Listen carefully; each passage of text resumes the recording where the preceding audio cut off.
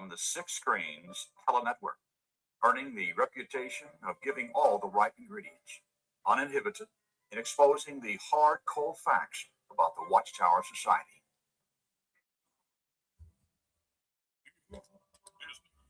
Well, there you all are, and thank you for wanting to come in tonight to JW World News. Well, this is the news the Watchtower doesn't want us talking about. But, friends, I have to tell you, we talk about it every Saturday night and every other Sunday right here on the Six Screens Telenetwork. So we're glad you're with us. We really, really are. I'll tell you what, the colder it gets, the more people we get coming into the news. Friends, there's always so many things happening every week as I go through all of the news articles people send me. And I want to thank you all for sending me news articles every single week. I really appreciate it. It helps me get the top stories that are going on in the Watchtower. But anyways, my name's Rick Farron. I'm coming to you from the apostate capital of the world. Well, that's right up here in Boston. And I tell you that every week. And I tell you what, we got the bragging rights for it. We had, and I'm not going to beat it to death, but we had over 350 people that came up to the ex-Jehovah's Witness convention last summer up here in Boston, August 1st, 2nd, 3rd. And you just heard some of the people on Anne Marie's program that were there. Boy, do we all have a good time. And when I look back on it, I say, wow, it really was amazing that we had that many people. And we really appreciate the effort that everyone made to put the convention together. Well, there's always something going on in the Watchtower, right? But I'm a happy guy tonight. I don't know what it is. And we talk about it. It's the adrenaline rush. Well, when's the last time you got an adrenaline rush? Well, I'll tell you what. I got that last night. Oh, I woke up at 4 o'clock in the morning and I couldn't get back to sleep. I was telling my wife this today. I could not get back to sleep. I'm so excited. I'm very excited about what's going on with our little studio here. We have been producing AI films. My daughter Jamie, she's a graphic artist of the highest order. I mean, I'm not boasting about her, but she's very good, very talented. And she's been producing these shots that they call on YouTube. You know, they're only a minute, 2 minutes long. And also they call them reels on Facebook. And oh my goodness, I'm getting messages from Facebook. We're breaking records in here. This has gone viral. We had a new one come out just yesterday. And boy, I'm getting people writing me and saying they like this type of short videos. And you see it on Facebook, like say reels and shots on YouTube. But friends, it is connecting. It's connecting with not only the ex-Jehovah's Witness community, but it's also connecting with the loyal Jehovah's Witness community. And I've told you a million times on here, friends, people think in pictures, they remember in pictures, and they move to action in pictures. So I'm going to show you here tonight. I'm going to put the video up. I'd love to have you see it. It's all about Rutherford and how Rutherford actually was in favor of doing away with prohibition. He didn't like prohibition. Now, why do you think Judge Rutherford did not like prohibition? He didn't like prohibition because he liked booze. Now, I'm not saying that because the person likes booze, they're a bad person. There's many people listening to his program that drink a little bit. That's okay. But Judge Rutherford, Joseph Rutherford, Judge Rutherford, call him what you want. But he was known to do a little more drinking than normal. And I got this video that my daughter did. I'm going to put it up now so you can see it. And just give us a second here and we'll play the video and you'll get an idea of the type of stuff we're doing. This is the 4th video now that we put out. We put out a video. The first one we did, AI video, was of Russell actually claiming he was like a jellyfish. And his wife, Maria, she kind of agreed with it. He couldn't keep his hands off other women. And then we did another one on Charles Taze Russell and how he was connected with occultism. And that was quite good as well. And then, of course, we did one on Johannes Grieber and how the Watchtower used a spiritist to actually help them interpret portions of the Bible. Remarkably guilty on that one. There's no way the Watchtower could go with this. And then we produced one yesterday. It took us 2 weeks to do it, but we produced one here on Rutherford. So let's share it right now. Let me get it up here. Let me make it a big screen. All right, let's do this right now. Let me see how big that looks on the screen. Oh, that looks pretty good. Yeah, we can do that. So let's play it right now. I think you'll you'll like it. Let me get up here and be able to do that for us. So let's play the clip. While leading a religious organization that preaches abstinence and righteousness, Joseph Franklin Rutherford, second president of the Watchtower Society, was known for his excessive drinking and personal indulgences. Do you see that picture right there? That's an actual picture of Joseph Rutherford, second president of the Watchtower. Let me just back that up a little bit. I want you to take a look at this. You probably saw this picture online. We kind of made it come alive through AI, but that's Judge Rutherford.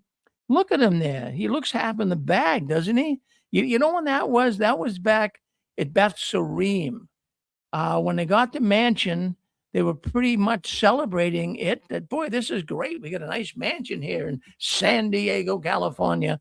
And sure enough, they were all drinking to it. And look at them. They're toasting. They're clinking glasses. Now, they used to do that then.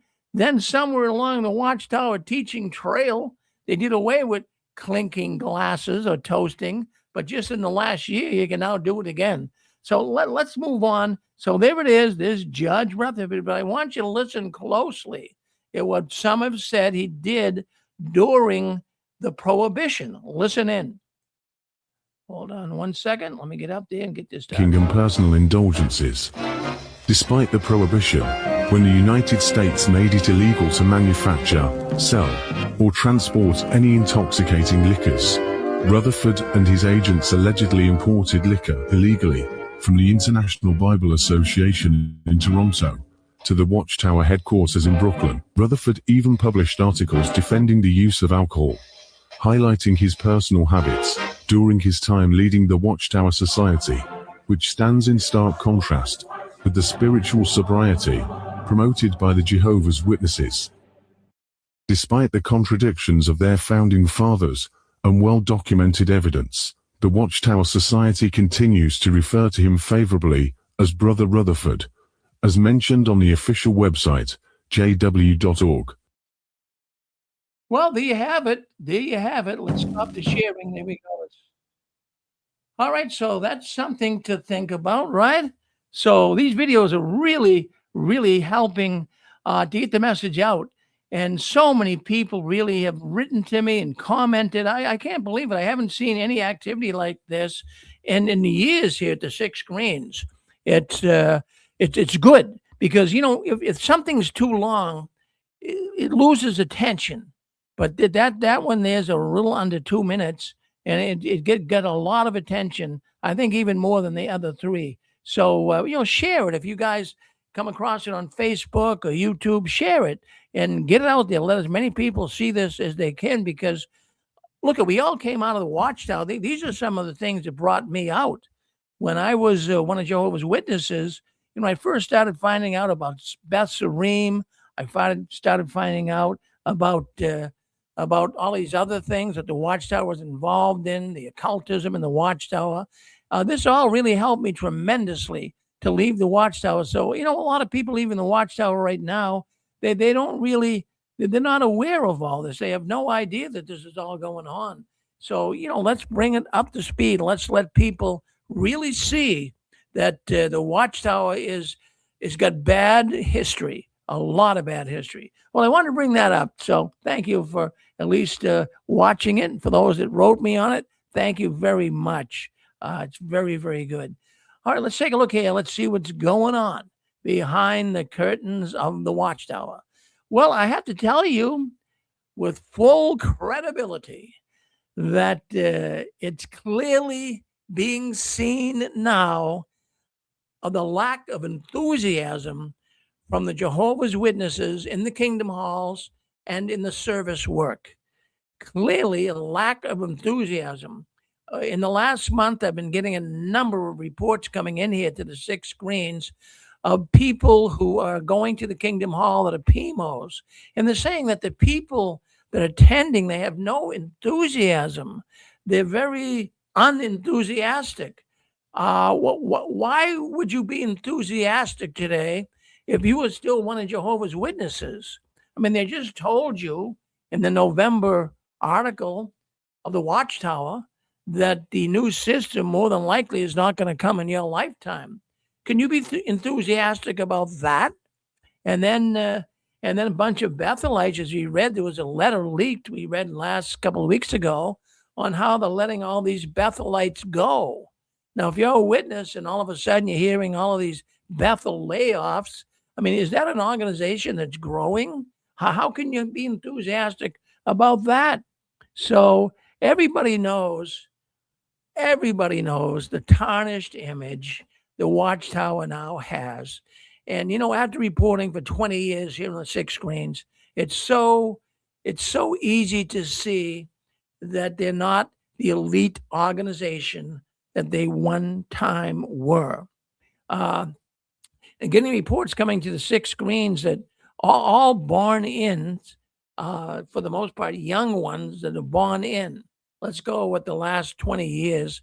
Young ones that were born into the organization the last 20 years, they're not to be seen. They are gone. They don't want to be around anymore. We hear so many reports of, young kids leaving, and, they have to suffer dire consequence when they do, that they know what could really happen to them. So they have to really skirt around the edges, but some of them just, they're willing to really even have to move out of the house to not have to be one of Jehovah's Witnesses. And, now that we have AI, now let's face it, is there anybody out there in this audience that doesn't use AI? AI is remarkable what goes on in the medical world, right? I mean, even in our world, look at the AI video I just showed you. It's all created through artificial intelligence. But the point I wanted to really make about AI is all the information's right there. People will see it. They will come to grips with it. They will understand that, there's a lot to be said that AI is picking up on that a normal Google search wouldn't. So people are really getting a mouthful in the Jehovah's Witness religion. It's absolutely unreal that the Jehovah's Witnesses have even survived this long with the age of the internet, because we all know the internet is the great equalizer. Wow, I tell you, it's so good to be able to see things that are going on in the Watchtower and report to you all of this cynical, negative news. It always wasn't this way. But I wanted to also bring up something that has been coming into my 6 screens news briefs here concerning how people are addicted to bad news in the Watchtower. Were you addicted to bad news in the Watchtower? Did you really find that bad news was comforting? Well, to many, bad news was very comforting in the Watchtower, because what that would show you is Armageddon is close. If there was an earthquake, if there was a tornado, a bad tsunami somewhere around the world, or some mass shooting, it was always, bad news. As a matter of fact, the Watchtower really has, I believe the Watchtower organization really has grown to the point that it did. It's falling apart now. But I think one of the reasons why it even grew to be the organization that they became in the 80s and 90s is because of the bad news. And then I can remember even, in the service meeting, we were told how to go out in service and how to present our message. And I can remember one little pitch that I used to use. I'd knock on the householder's door. Hi, my name is Rick Farron. I go to the local Kingdom Hall down the street here on Bridge Lane in Wilmington. And isn't it terrible that you see so many problems in the world today? See, this is a way the Watchtower would start a little pitch out. And then you get the person to agree. They say, boy, Mr. Farron, it really is bad. It's bad what's going on. And then you say to them, well, wouldn't it be nice if all these problems were gone away and weren't here anymore? Well, there's an opportunity for you to live in a new world. You must have used that pitch too. So many people did. But that's what really brought a lot of people into the so-called truth. And in many people today, and I got a bunch of reports coming in here from people that are telling me their friends who are really preemie, loyal Jehovah's Witnesses. They're so addicted to watching the news. They watch it all day long, and anything on the news. Well, I'm sure they could really in the last week or so. I mean, if you were just sitting down watching Fox News or one of the newscasts on television, wouldn't you really go bazonkers with some of the stuff you're hearing? Well, let's just take. Let's go with Trump. Okay, I won't make it too political here, but let's go with Trump. You know, this idea of going into Venezuela and taking the country over, and of course they're looking at it. Oh, look at this! This could land up as a war. Oh, and doesn't the Bible predict that there being wars one place after another? See, they could always pull something out of their hat and say, "Oh, look at this! We are so close to the end." So every day, the Jehovah's Witnesses watching the news. I used to kind of do it. I really did. I used to, oh my goodness, look at this. We got to be in the last days. Now, I'm not demeaning true Christianity here. I know that someday we will be in the last days. I don't know if we are now, but the Watchtower has crow on their face that they can't, continue to go on and push this Armageddon's coming. No one's going to believe them. No one's going to believe him. If a real Christian came out and said it, there might be a little more belief than a Jehovah's Witness say it. And then why do I say that? It's because you know how many times Jehovah's Witnesses said the Armageddon's right around the corner, Armageddon's at the tip of this pencil. Do you know what I mean? I mean, hundreds of times through their publications. So there's no way they have any credibility left. I mean, you can only cry wolf so often. So the Watchtower organization, they're in a pickle.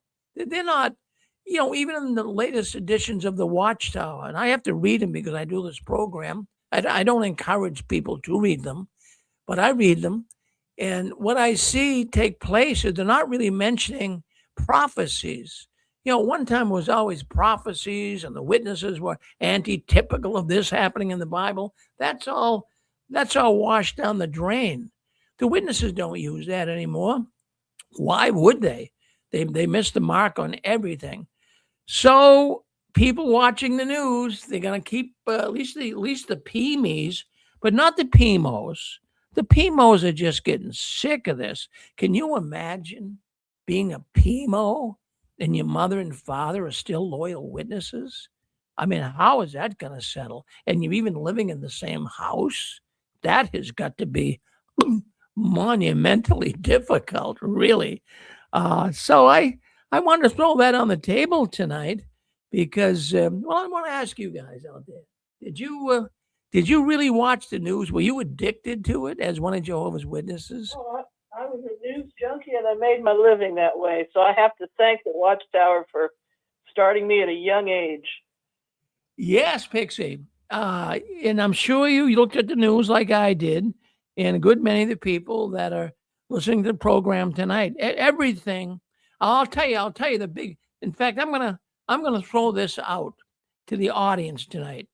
What would you say was the biggest news event in the last 30 years in the Watchtower that really got people thinking Armageddon's here?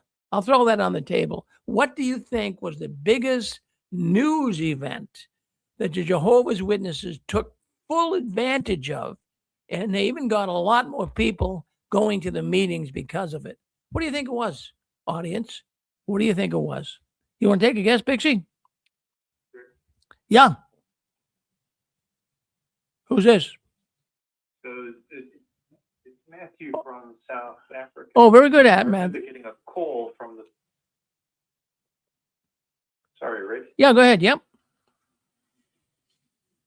I remember getting a call from the circuit overseer when just prior to the breakout, and it was being sensationalized because of course, the wording is very clever, and it's got this way to, how can I say, it's got this way about it that there's plausible deniability. But I remember the way it was being phrased was, yeah, this looks like this is leading to the tribulation. This is leading to Armageddon. So brace yourself for what's coming. And I remember saying to the circuit overseer, I said, oh, so you really do know when the end is coming, do you? Because the way he was getting carried away with himself was he was, and it can happen to any, I suppose, in that environment. He was allowing it to create a rush of sensationalism to, I suppose, with a good intent from that perspective to try and motivate to greater activity. But I put him on the spot. I said, yeah, this sounds like it's gone a little bit beyond what we're supposed to be doing. So to answer your question, I think it was that I would say I'd put it as the pandemic. The pandemic. Well, no, that's a good one. I mean, in the last 30 years, for the witnesses to really get hyped up and overblown with a news story, that was one of them. It's not the one I was thinking of, but that was one of them, and it may have been one of the biggest. But I had another one in mind, Matthew, and we want to take a shot at it. What was the biggest news event that the Jehovah's Witnesses? I mean, they were just in their glory.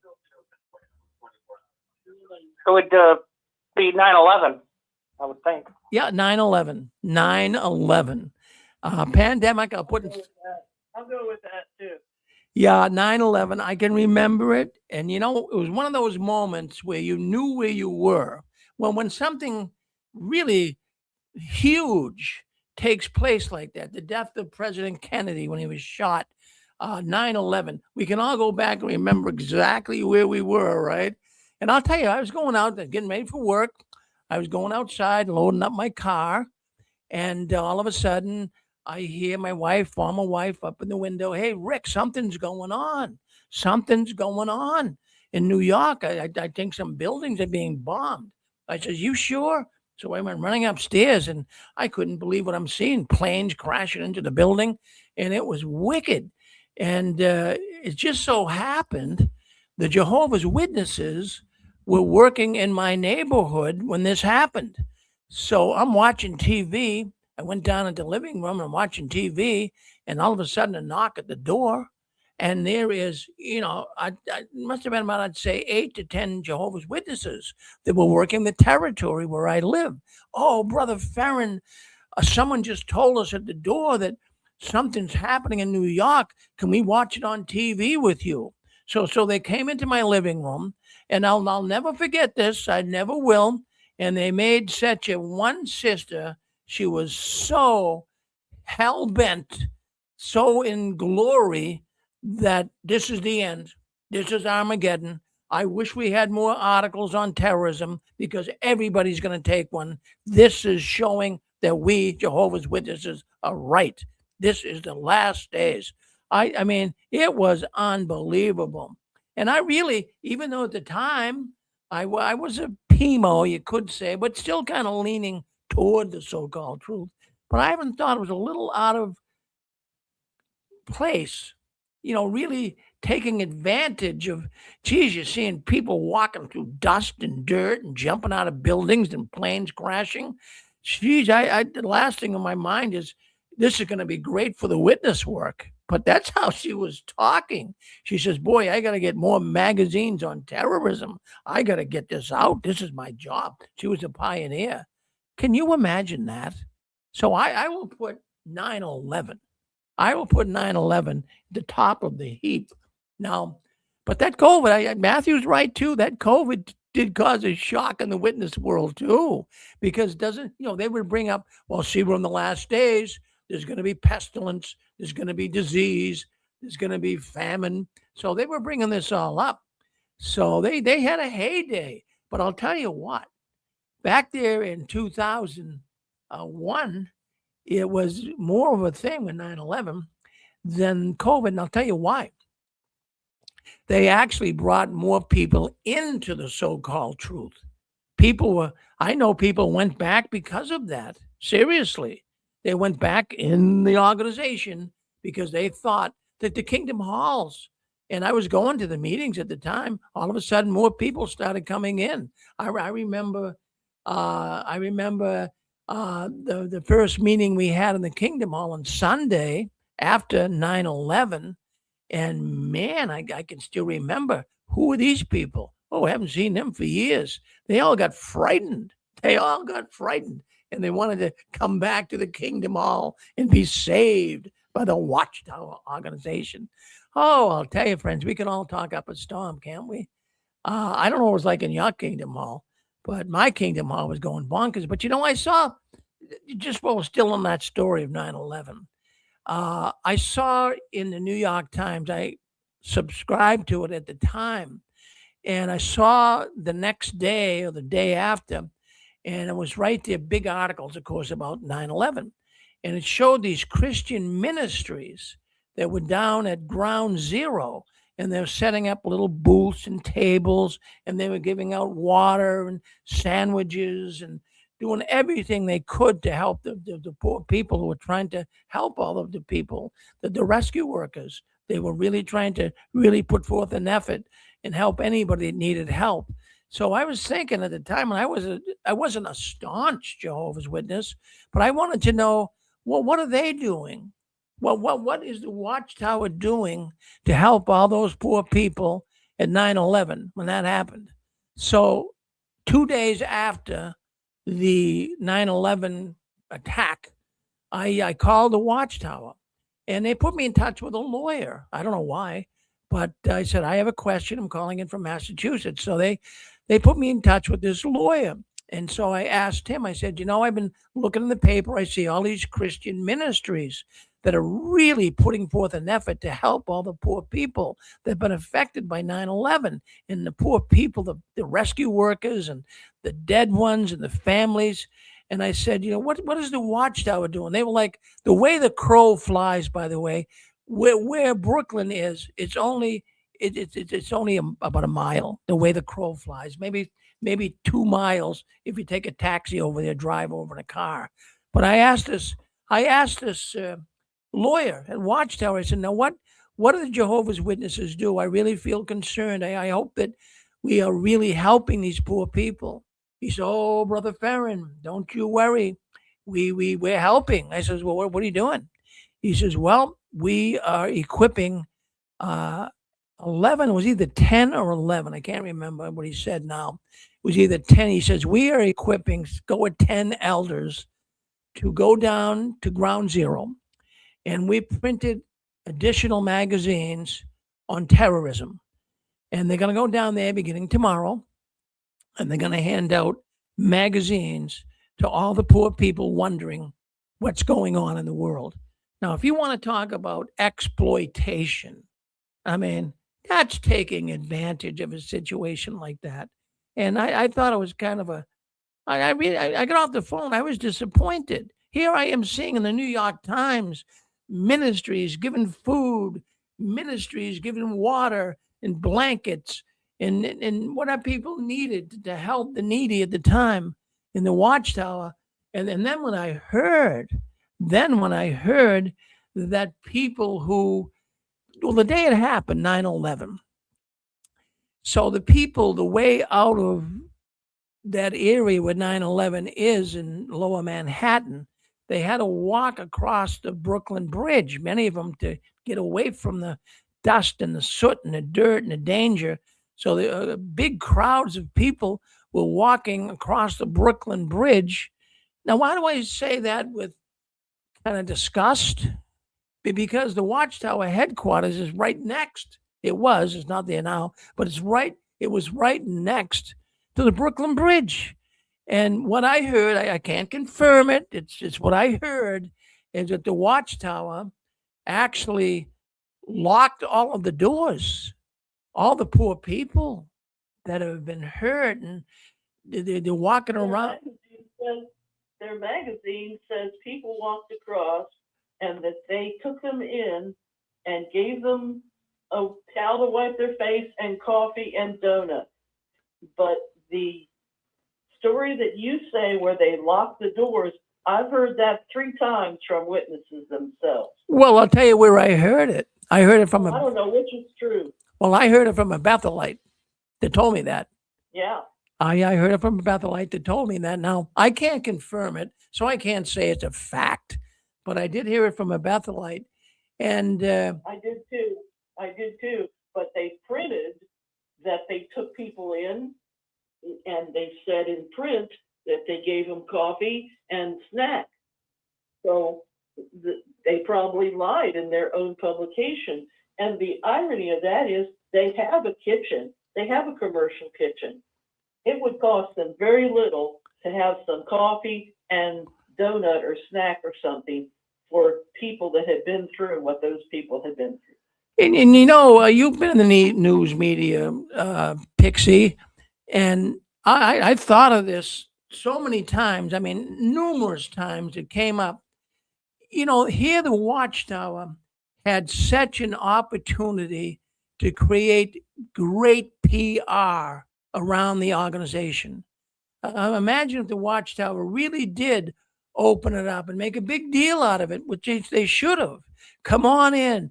We opened it up and have the newspapers call up the New York Times, even have the New York Times come down, the Daily News come down and take a picture. Put on look at what the Watchtower, they're taking care of people. They're putting some of these homeless people up that don't even have a home to go to. Boy, they could have came out smelling like a rose. That they could have got the biggest PR ever in the history of the Watchtower. They claim those things, but they don't do those things. Yeah. So I thought of that numerous times. Geez, what a golden opportunity. Jesus said that people that claim things and don't do them were Pharisees. Well, that's exactly right. That's exactly right. And you know, we come on every Saturday night, and look, there are good Jehovah's Witnesses. I'm not going to tell you that all Jehovah's Witnesses are like the Watchtower. I pick on the Watchtower organization here. It's just not the Jehovah's Witnesses. Some of the best friends I had in my life were Jehovah's Witnesses. That they don't want to be my friend today, but some of the best friends I've ever had were Jehovah's Witnesses. And you guys listening in tonight, you as well had friends who were Jehovah's Witnesses. And it's sad. It hurts. It really, really does. I'd love to see, and I love to talk with some of my friends that I had when I was a Jehovah's Witness. Of course, they won't talk to me. Even one of my own children won't. And it's probably, it's sad. You know, I'll tell you, one of the greatest excitements, one of the greatest joys, one of the best feeling of the world we live in. And you can feel so good when you're around your relatives and your friends and all the people you knew, and how you would speak with them and talk with them. You want to talk about something that radiates confidence, something that makes you feel 10 feet tall. That does. And the Watchtower comes along and wants to take it all away. They take it all away from you so that your best friends that you had, even your own children, your father, your mother, they won't even talk to you. It's sad. I mean, it is. I'm not just, blowing things out here to look for sensationalism. I'm telling you right off the bat, that's one of the cruelest things that any organization could do is just rip families apart. Hey, Ron Withers, who wants us? Yeah, go ahead. Oh, hold on, Pixie. You have to be aware of how cruel they are. They have to be aware of it. You got to be aware of it.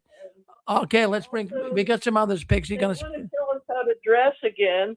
Well, we're gonna go, Pixie. We're gonna go into that story after this. So let's open up the lines, bring some other people on. Go ahead, Ron with us. Okay. Who was it in there? Who wanted to speak up? Oh, hey, Rick. Yes, go ahead. Hey, Rick. Yes. I kind of, don't take offense, but I kind of disagree with you a little bit. I'm not saying that Jehovah's Witnesses are bad people, but as long as you subscribe to that thinking, the qualities in a human being, like that we're looking for, like positive qualities, are just not there. And I'll admit that when I was a Jehovah's Witness, I don't think I was a good husband or a good man, a good son, a lot of things. Because like looking back, like it kind of works your thinking a little bit, you know. I feel like I've become a much better man leading that organization and shedding out those traits. So with that said, I just for me personally, I'm not attracted, like, I don't mean in a male to female kind of way, but I just mean like I'm not attracted to a person in general who kind of has those Jehovah's Witness traits, because it's not, no matter what, you're thinking in dinosaur thinking, because that's I mean, if you have those Jehovah's Witnesses traits that we were all raised with, you know, if you were raised in the organization, this is all, you know, to lie and all this stuff is just all seems to be normal. I think that we're in a lot of ways that there are good people. I know I'm contradicting myself. There are good people in the organization, but at some point, Rick, you have to get out. And at some point, you have to put the line in the sand and say, you know what, my morality is better than this, and I don't want to be a part of this organization anymore. I don't want to have these traits anymore. I want to shed the very personality that they said for me to get rid of. I want to get that back. You know, it's like they teach us that our personality is wrong and that we need to put on the new personality. But anyways, that's my rant, Rick. Thank you for listening. Well, Eric, you know, I'm on the same boat that you're on, and well, there's one thing that all Jehovah's Witnesses, whether they were my friends or not, even I think myself might have been a little like this. There's one bad trait, one bad characteristic that all Jehovah's Witnesses exhibit, and that is they're judgmental. They are perhaps the most judgmental group of people on the planet.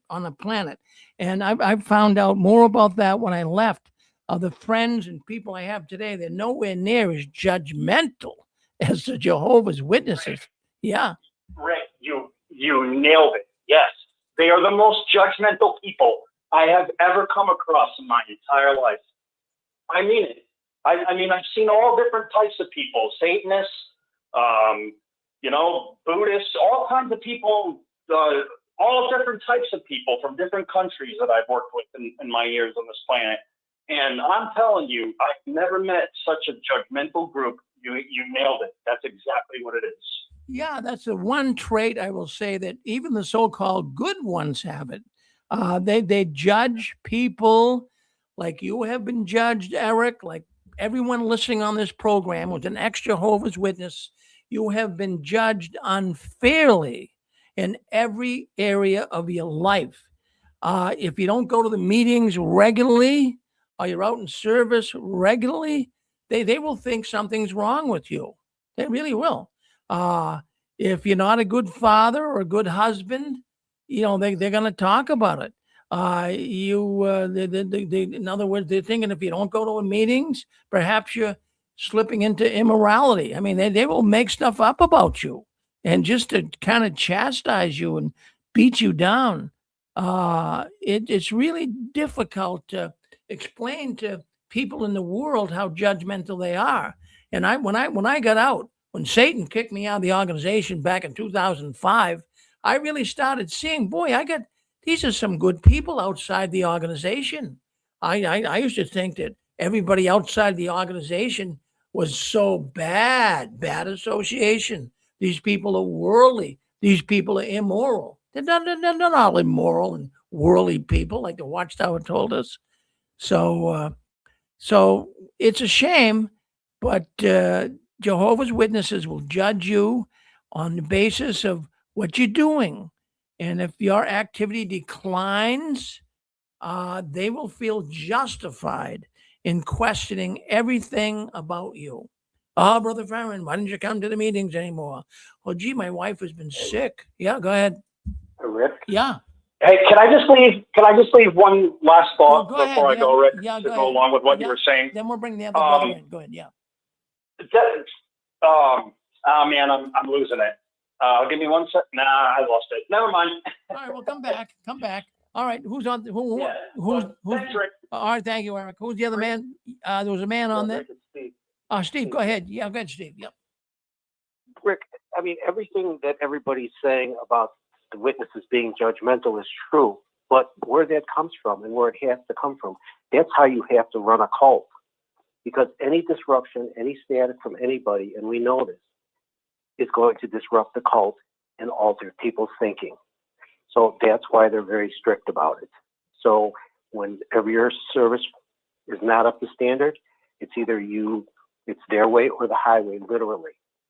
So that judgmental attitude has been programmed into every single witness from day one. And this is what cults do.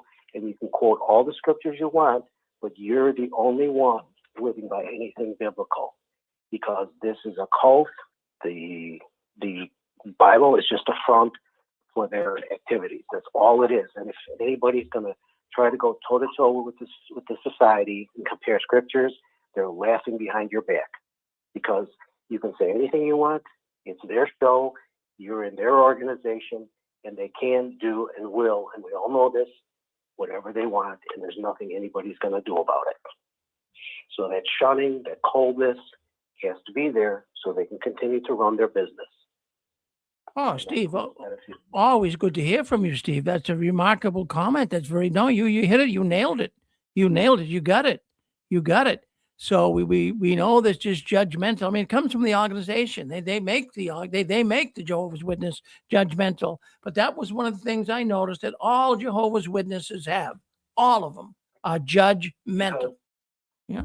They are trained to do the bidding of the organization. It's just like people on the other side of the world are going to stick up for their beliefs, for their religion, for their military. People over here, as a whole, do the same thing. So it's religion. They all teach they have the truth. And again, all Jehovah's Witnesses are, Watchtower Bible and Tract Society, is a storefront. The investments they have behind the scenes, the partners they have behind the scenes, that's all it is. And the being a non-for-profit gives them the opportunity to get into and go places they couldn't do without the facade of being the Watchtower Bible and Tract Society. That's all it is. And people take that religious part too seriously, and they quote scriptures. It's like, that's not what it's about. They're missing the whole point. It's all a facade. Don't quote scripture for scripture. They don't live by it. Why would we say, well, the Bible says this and that, and they, as Jehovah's Witnesses, are wrong. They shouldn't be doing that. It's a business.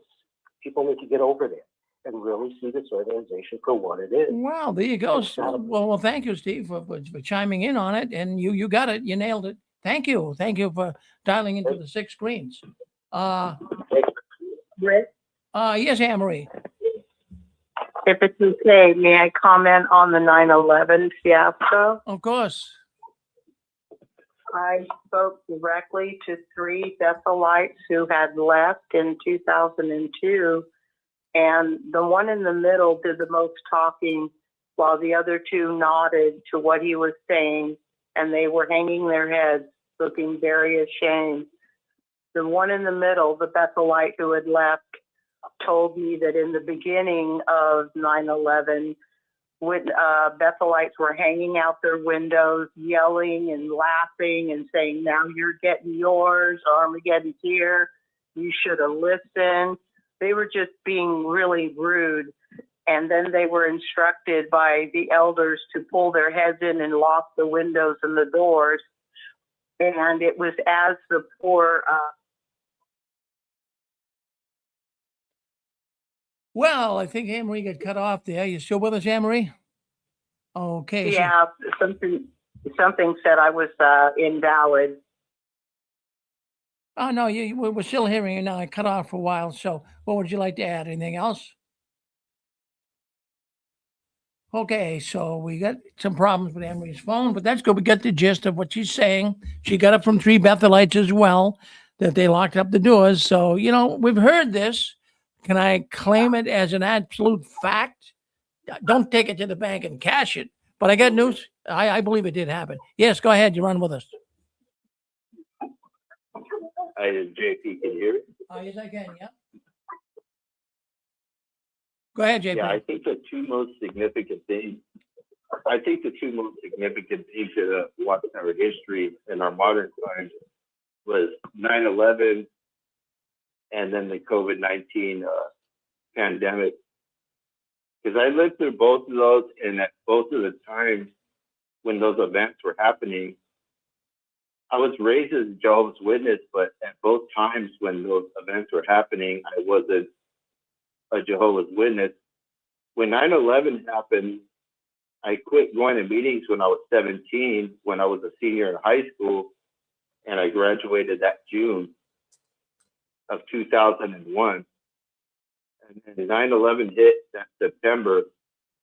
And I remember a lot of my friends in high school when I was a senior, a lot of them were signed up for the military to go to the Marines, the Army, Navy, all that. And every single one of my friends that I knew in high school that signed up for the military that senior year, that summer, went to, fight in the war in Afghanistan and Iraq. But I remember when 9/11 happened, I was staying at some friend's house, and I had been kind of in a cat and mouse game with the elders because I quit going to meetings. And so they were always trying to track me down. So I was hanging out with they would consider worldly people, and I spent the night at a friend's house. And I remember they hadn't paid their electric bill, so the power got shut off. So the whole night we had candles on, and we were just hanging out. And the next morning, the people I was at their house, they would always have a tendency to leave their front door unlocked. It was just like that in the neighborhood. And that morning, the neighbor just came in I was sleeping on the couch, and the neighbor walked in the living room, and he said, "Hey, we're under attack." And nobody really paid too much attention to it. So I woke up, and I remember looking out the door, and I looked down the neighborhood, and I could just see a bunch of people on their doorsteps, and everybody was talking, and a lot of people were crying and stuff. So I knew something really bad had happened. So I took the bus home, and I remember I got home, and my mom was getting ready for work. She was putting on her makeup, and by then the second plane had hit the second tower. And I remember my mom looked at me really straight faced, and she said, "You know what? Like we're in the last. This is it. Like we're about to hit the Great Tribulation. Like you really need to get back to the meetings. It's really serious." And then I remember later that week, an elder called me, and he was very serious. He told me that he thought that we were in the Great Tribulation and that I need to get back before it's too late and stuff. But I never went back to it until a couple of years later. And then I was in the organization for a long time, and then 10, 12 years go by, and then there was I was inactive for a couple of years. And then December of 2019, I started going back to meetings, and then COVID-19 happened, and meetings got shut down, and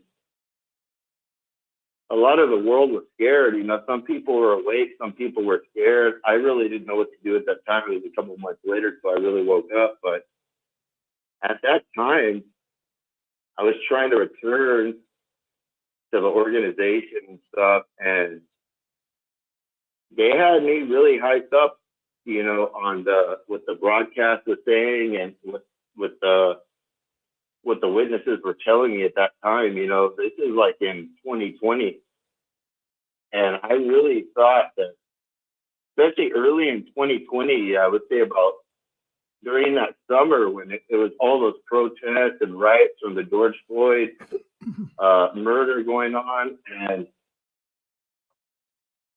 what was going on with lockdowns and that, I was really convinced, Rick, that that this was it.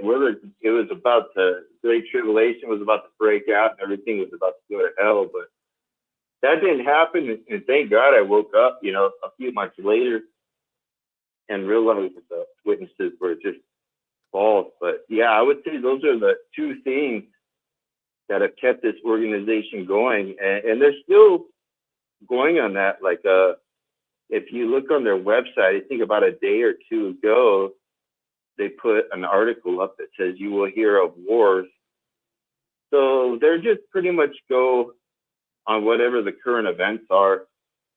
And they just keeping people in fear with whatever the current events are happening. But we have to realize that these things have always happened.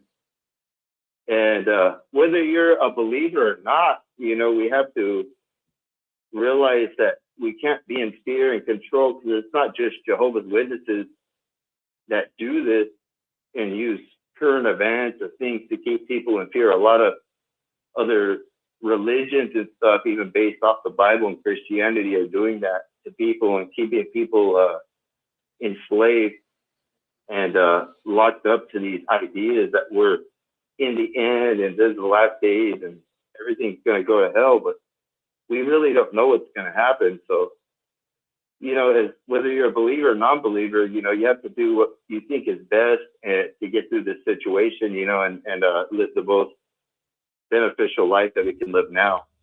Well, you're right, That's all I have to JP. say. Well, thank you, JP. Well, thank you for sharing that with us. Yep. All right. Well, Rick, is Rick? yeah, yes. This is Maverick. Hi, Rick. This is JJ from the UK. Ah, yes, JJ. I haven't spoken for a while, but interested in your discussion this evening. One of the things that stuck in my mind. Do you remember the grab bags or the go bags? The go bags, absolutely, JJ. Yeah. Yeah, and there was a euphoria around these bags because we all had to have them and all the gear that had to go inside them. And I remember, because I was an elder at the time, and obviously we would have to go around each member of our groups and make sure that they all had the bags ready, had plenty of supplies in there, food, and reserves for at least 3 or 4 days. But the angle was, we just don't know when Armageddon was coming. We wanted to be prepared. And so it was in the forefront of the brothers and sisters' minds all the time.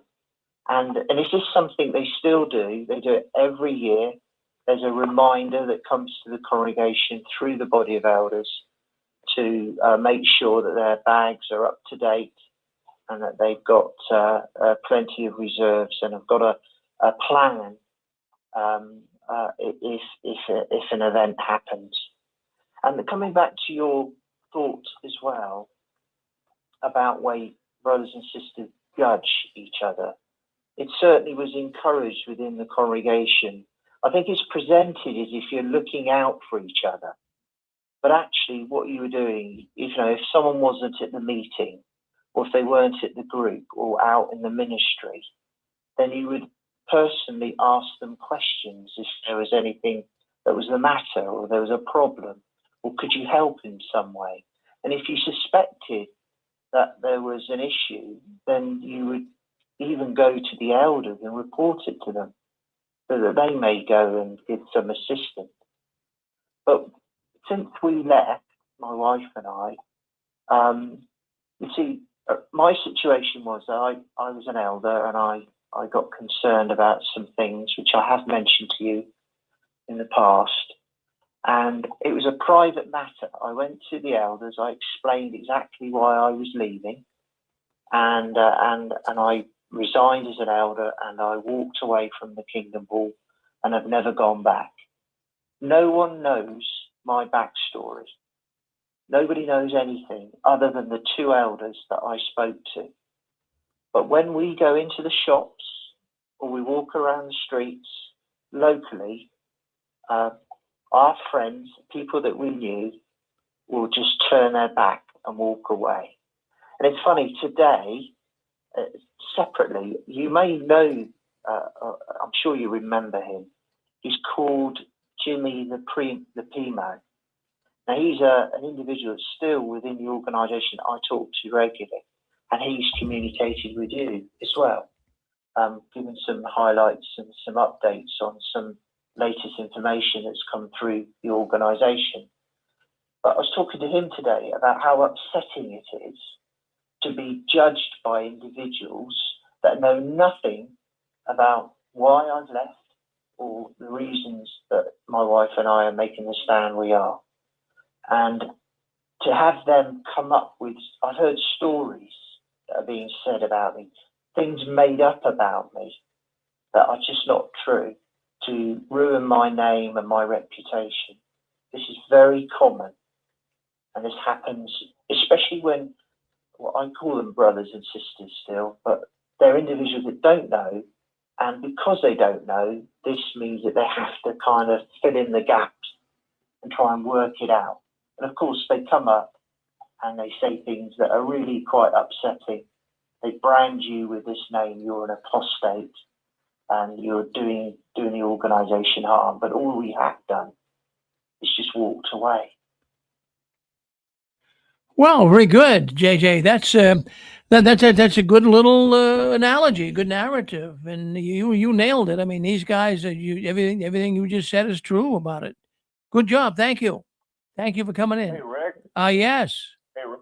Yes. Yeah, I was going to say, you going back to what you were talking about 30 years, if you could just step back a little bit further to the fall of the Berlin Wall, that really fell into their peace and security, their thought mind on peace and security, because they were just saying, it ain't going to be long now. It ain't going to be long, Gorbachev and all that, and the fall of communism, and I remember the circuit overseer coming in and saying, this is not the time to be messing around, and going to talk about, how they do you is, it's like a bunch of Nazis, that's the way the Nazis operated, turn people in and single you out and what have you, if you don't believe in their belief system. But anyway, I wanted to comment on that. Well, thank you, Jeff. Good to hear from you. Always good to hear from you, Jeff. Yes, you're with us. Who's this? Oh, it's Mike. Mike, what do you have to say? Well, yeah, I was just when you were talking about things, what was it, 87, I think they made a big deal, the International Year of Peace. I believe it was 87. Yeah, I do remember that. I think it was 87 too, but the International Year of Peace. Of course, they were peace and security. Yeah.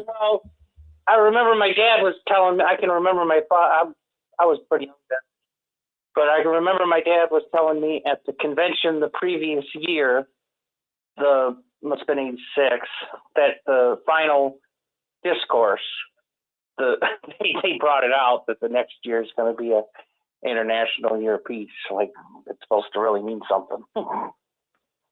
Well, good memory, Mike. A good memory, and hoping you're doing a little better too. Hoping your foot's getting better for you. I know that hurts, but you're doing good. Things are moving in the right direction. Yeah. But so, what Yeah. did you say in 1962, the Cuba crisis? Oh, that's another one, Grace. Is this Grace? No. Oh, you sound just like Grace. Yeah. In fact, are you from Sweden too? No, pretty close to it. Yeah. Where are you from, sister? I'm not. I'd like to say. Okay, you don't have to. No, don't say it. No, I don't want you to get in trouble. That's good. But thank you for coming in. So yeah, the Cuba crisis. Well, you go back a while. That was back. Well, that would have been back around 1962. 1960. 1962. So you were a witness at the time, and I was too. No, I wasn't a witness, so that's why I don't know how the action.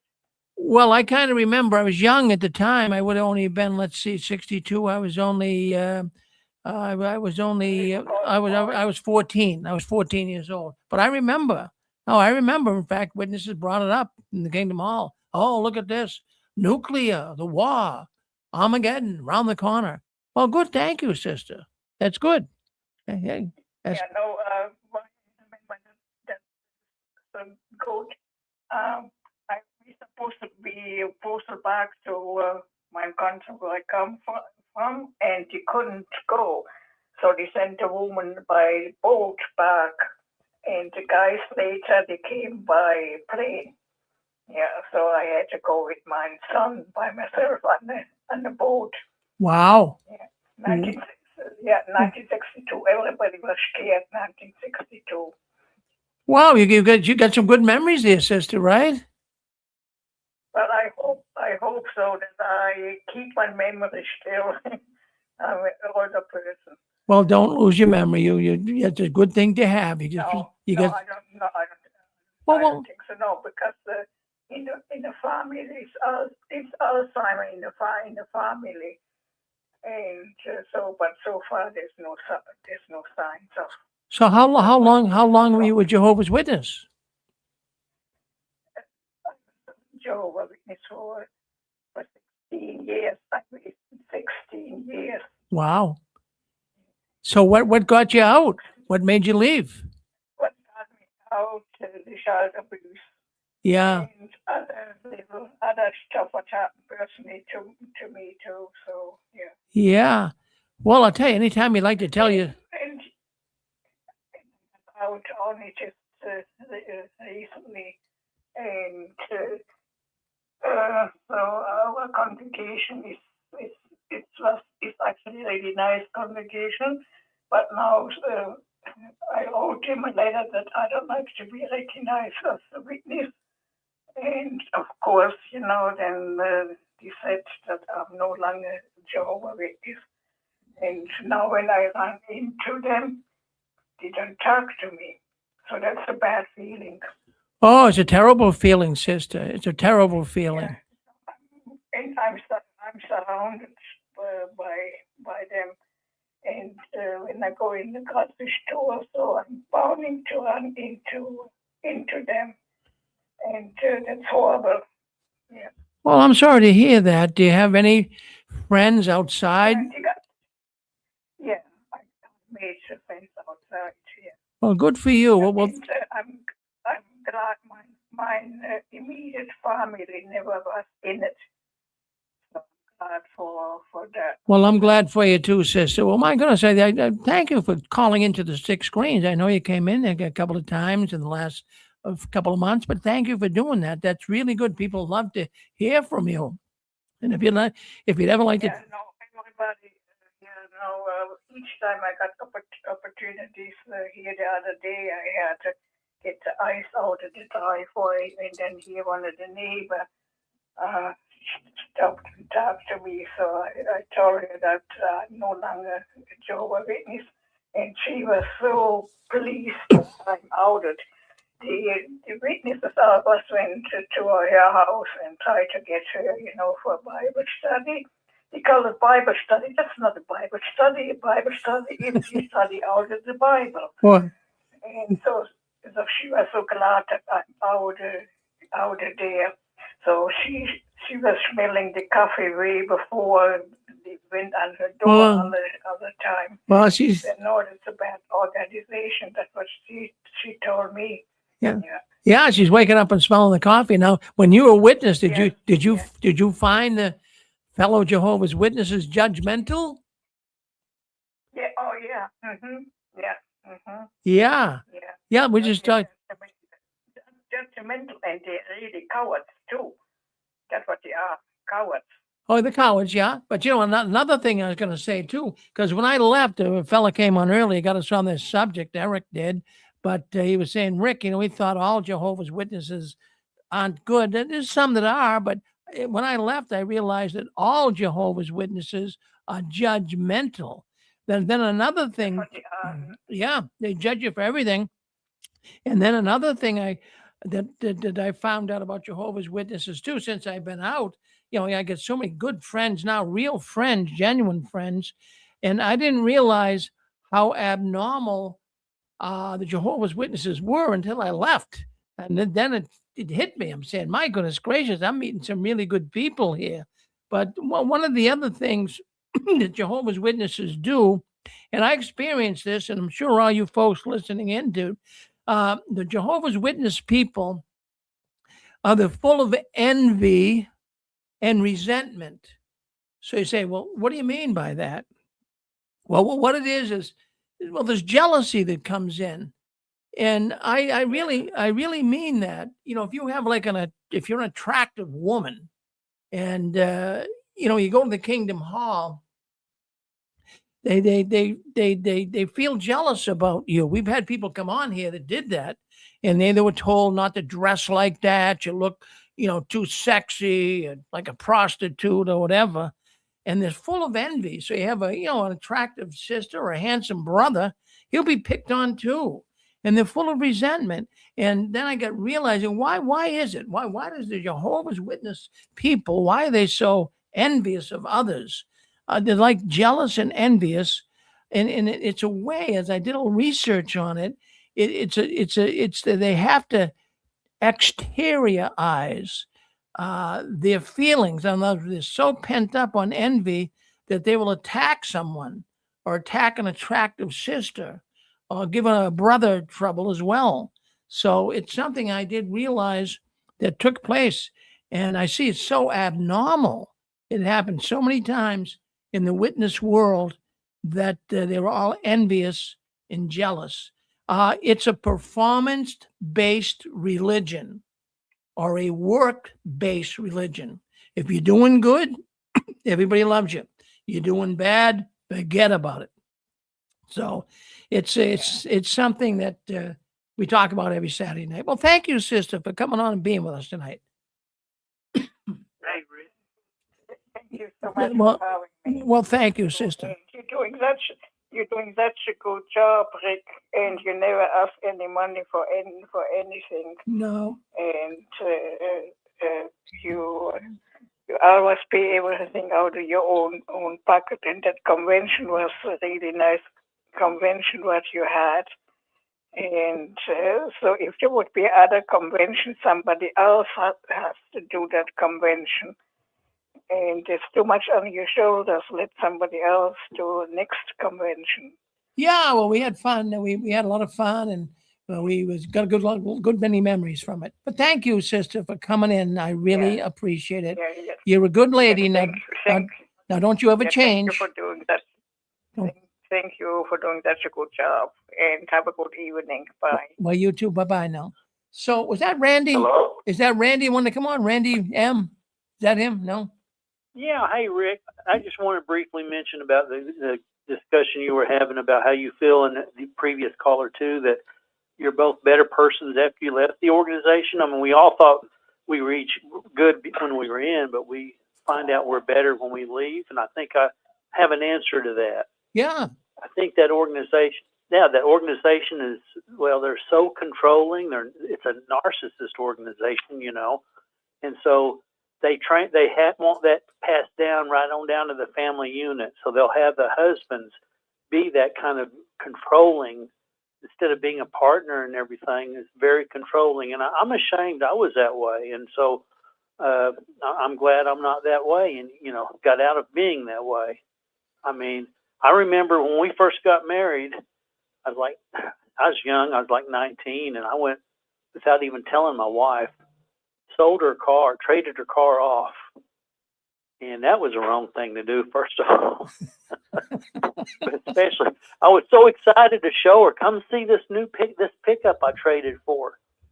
And got her out in the driveway, and we backed up, put it in drive to go around town, and it would not go at all. The transmission went out right there on the spot. Oh. So, and that's the whole thing is, like, I feel so bad for the sisters at the end. They've got a husband that's a witness. I mean, they're just being, it's not a partnership. It's more of a dictatorship. And they're having to be under, how can I say this, Stockholm syndrome, not only to the organization being captives or victims of the organization, but now they're captives to their husbands. And that just makes a double whammy for the sisters, I think. Oh, it sure does, Randy. And you don't seem like a controlling man. I can't even imagine you were like that. And I'm sure you weren't that bad. But I'm going to talk. There was a letter. I'm going to read the letter coming up here next well, it ties in with what you're talking about. How the brothers are even husbands are so controlling over their wives. It's a leaked letter. You probably already heard about it, but I'm going to read it here tonight and we can discuss it. A letter that was written to the Bethelites, and where you hear it. Yeah. Thank you, Randy. Always good to hear from Randy. Always good to hear from Randy. No, he's a pilot, and I'll tell you what, he's flying all over the country, and he's really enjoying life since he left the Jehovah's Witnesses. We always love Randy when he comes on. Well, you're on the 6 Screens Telenetwork. This is where ex-Jehovah's Witnesses come to talk, and we do it every Saturday night right here on the 6 Screens Telenetwork. Someone want one other thought or another thought before we move on? Hey, Rick. Yes, who's this? This is Junction Guy. Oh, Junction Guy. Always good to hear from Junction Guy. Yes, I just wanted to make a little comment about the 9/11 thing. By the time 9/11 hit, I was a well-seasoned apostate or opposer, Even then, I was well-seasoned apostate, but it gave me pause. I remember driving down the road thinking to myself, what if they're right, And then I was like, no, they've lied from the beginning and they're still lying to this day. So it even tested me for a little bit, even just for a minute. Oh yeah, it's full of lies, Junction Guy. And I know you go way back too. Yeah, you're not a newcomer to the apostate world. You've been around for many years now. How long have you been out of the organization? Physically out since late 93, completely mentally out since 97 when I got on the internet. Wow. Look at that. Well, that's amazing. Well, I'm glad you're out. And I've always enjoyed your post. And when you used to post on JWN, you're a good man, Junction Guy. Don't you ever change. All righty. Thank you. All right. All right. So you're on JW World News. Who wants to speak up before we move to the next story? Anyone else out there? All right. Well, let me bring this story up because I wanted to share it with you. It's probably the biggest buzz going on this week in the ex-witness world. And it will be one of the biggest buzz stories going on in the witness world as well. There was a leaked email from the personnel committee of the governing body. So say the governing body, they sent an email out. The Bethelites probably haven't received it yet, but it's going to come out probably this week. I don't believe they have it as of yet. But it deals with the Bethel dress and grooming guidelines. So they're basically saying, well, I'll read you portions of the letter, but they're saying that no extremely short masculine hair for sisters. They don't want the sisters wearing a short haircut. And the brothers' beards must be neatly trimmed in no tight-fitting or sensual clothes. So that's the gist of the letter. I'll read it to you, and I think you'll. I got thinking, it's terribly boring. God, I can't imagine that God, Jehovah God, would really look at this organization as being his chosen people, so to speak. Jehovah God must be terribly bored with this organization if he's got to really, get deeply involved in dress code again. They just, within the last couple of years, they dropped a lot of the dress code. Now, this letter is to the Bethelites now. I want you to know this is not to the general congregation. But what it does is it will filter down. Let me just grab some water here. Hold on 1 second. I'm talking, gets a little raspy up there. So bear in mind now, this letter is going to the Bethelites. Sounds like they went totally beatnik up there at the lake. Well, what happened is, they relaxed in the last couple of years. Beards, men can have beards, women can wear slacks. So, the hair wasn't an issue anymore. But now all of a sudden, because everybody took you give these guys an inch, they all took a mile. So you get brothers walking around with straggly beards. You got women walking around with sensuous and tight slacks. So it's getting the governing body evidently upset. But I think what this is a trial balloon.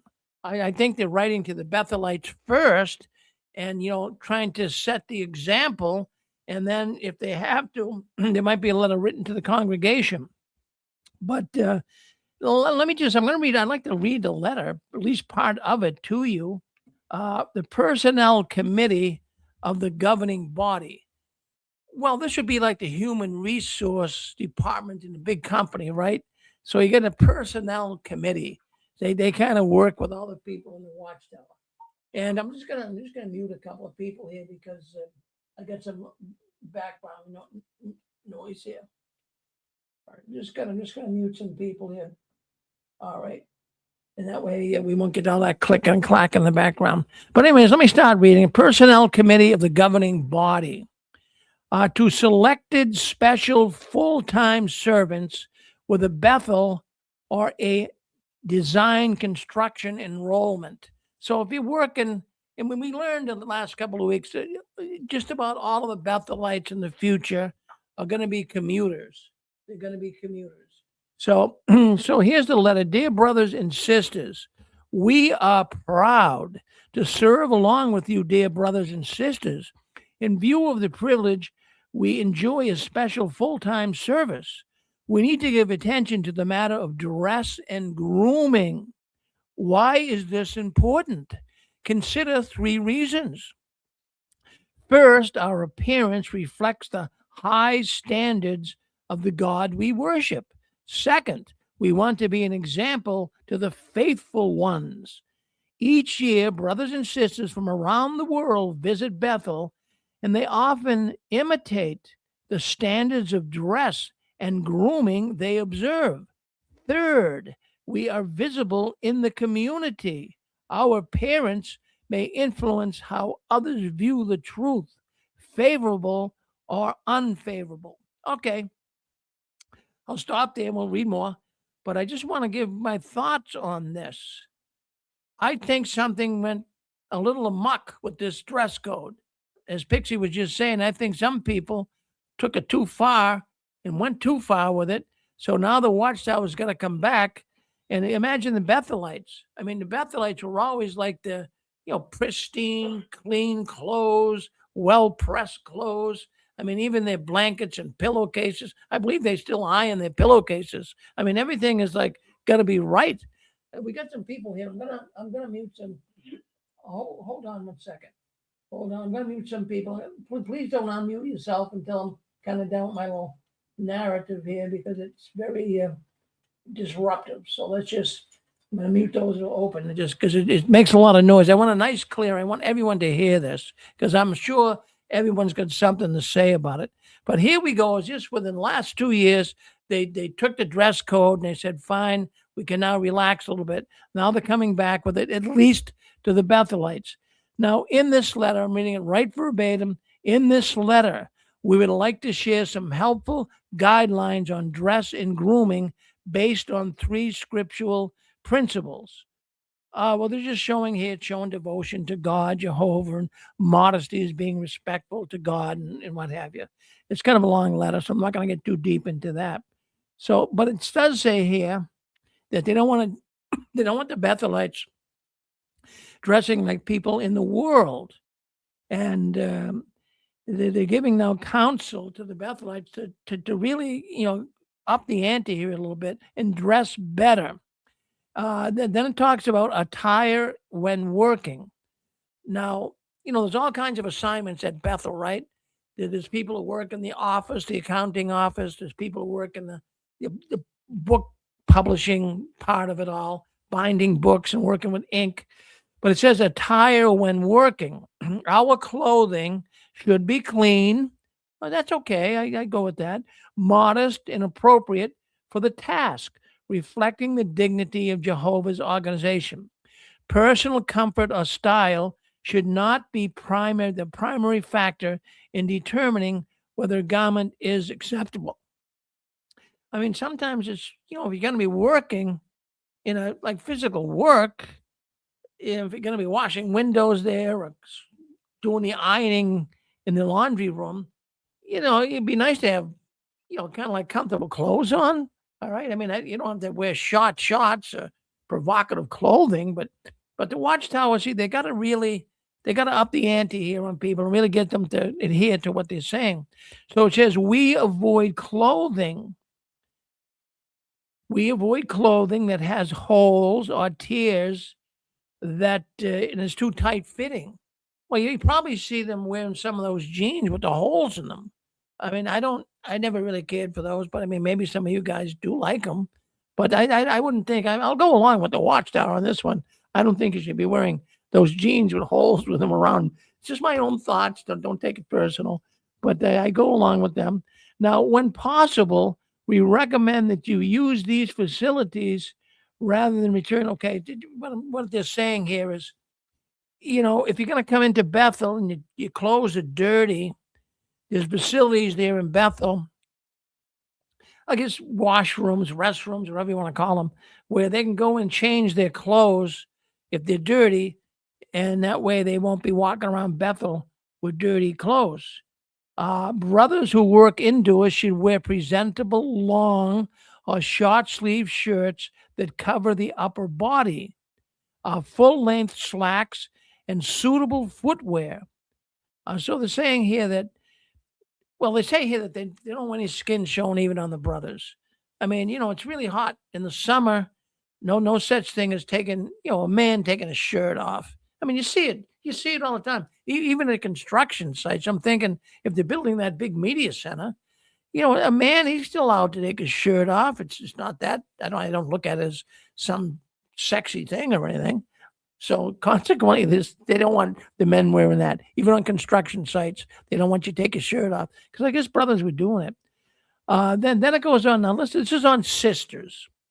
Sisters should wear modest clothing that is appropriate for their assignment. They should dress as they would when presenting a part in the program at a convention meeting.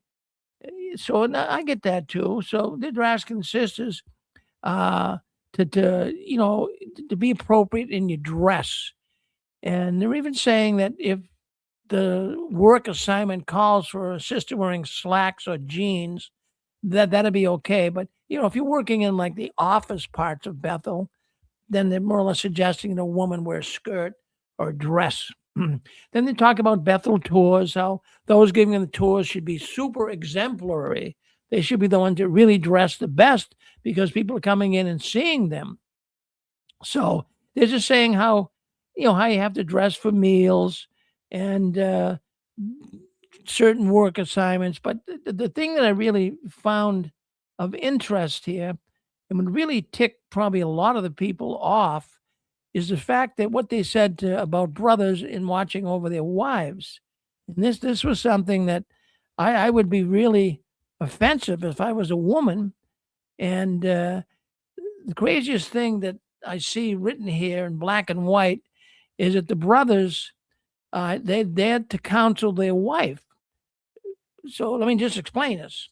So you got an elder, and he's looking at Brother Farron here, okay? So he comes to Brother Farron and he says, Brother Farron, your wife, she's wearing her skirt is too short. So you got to go to her and tell her that she's got to, wear a longer skirt.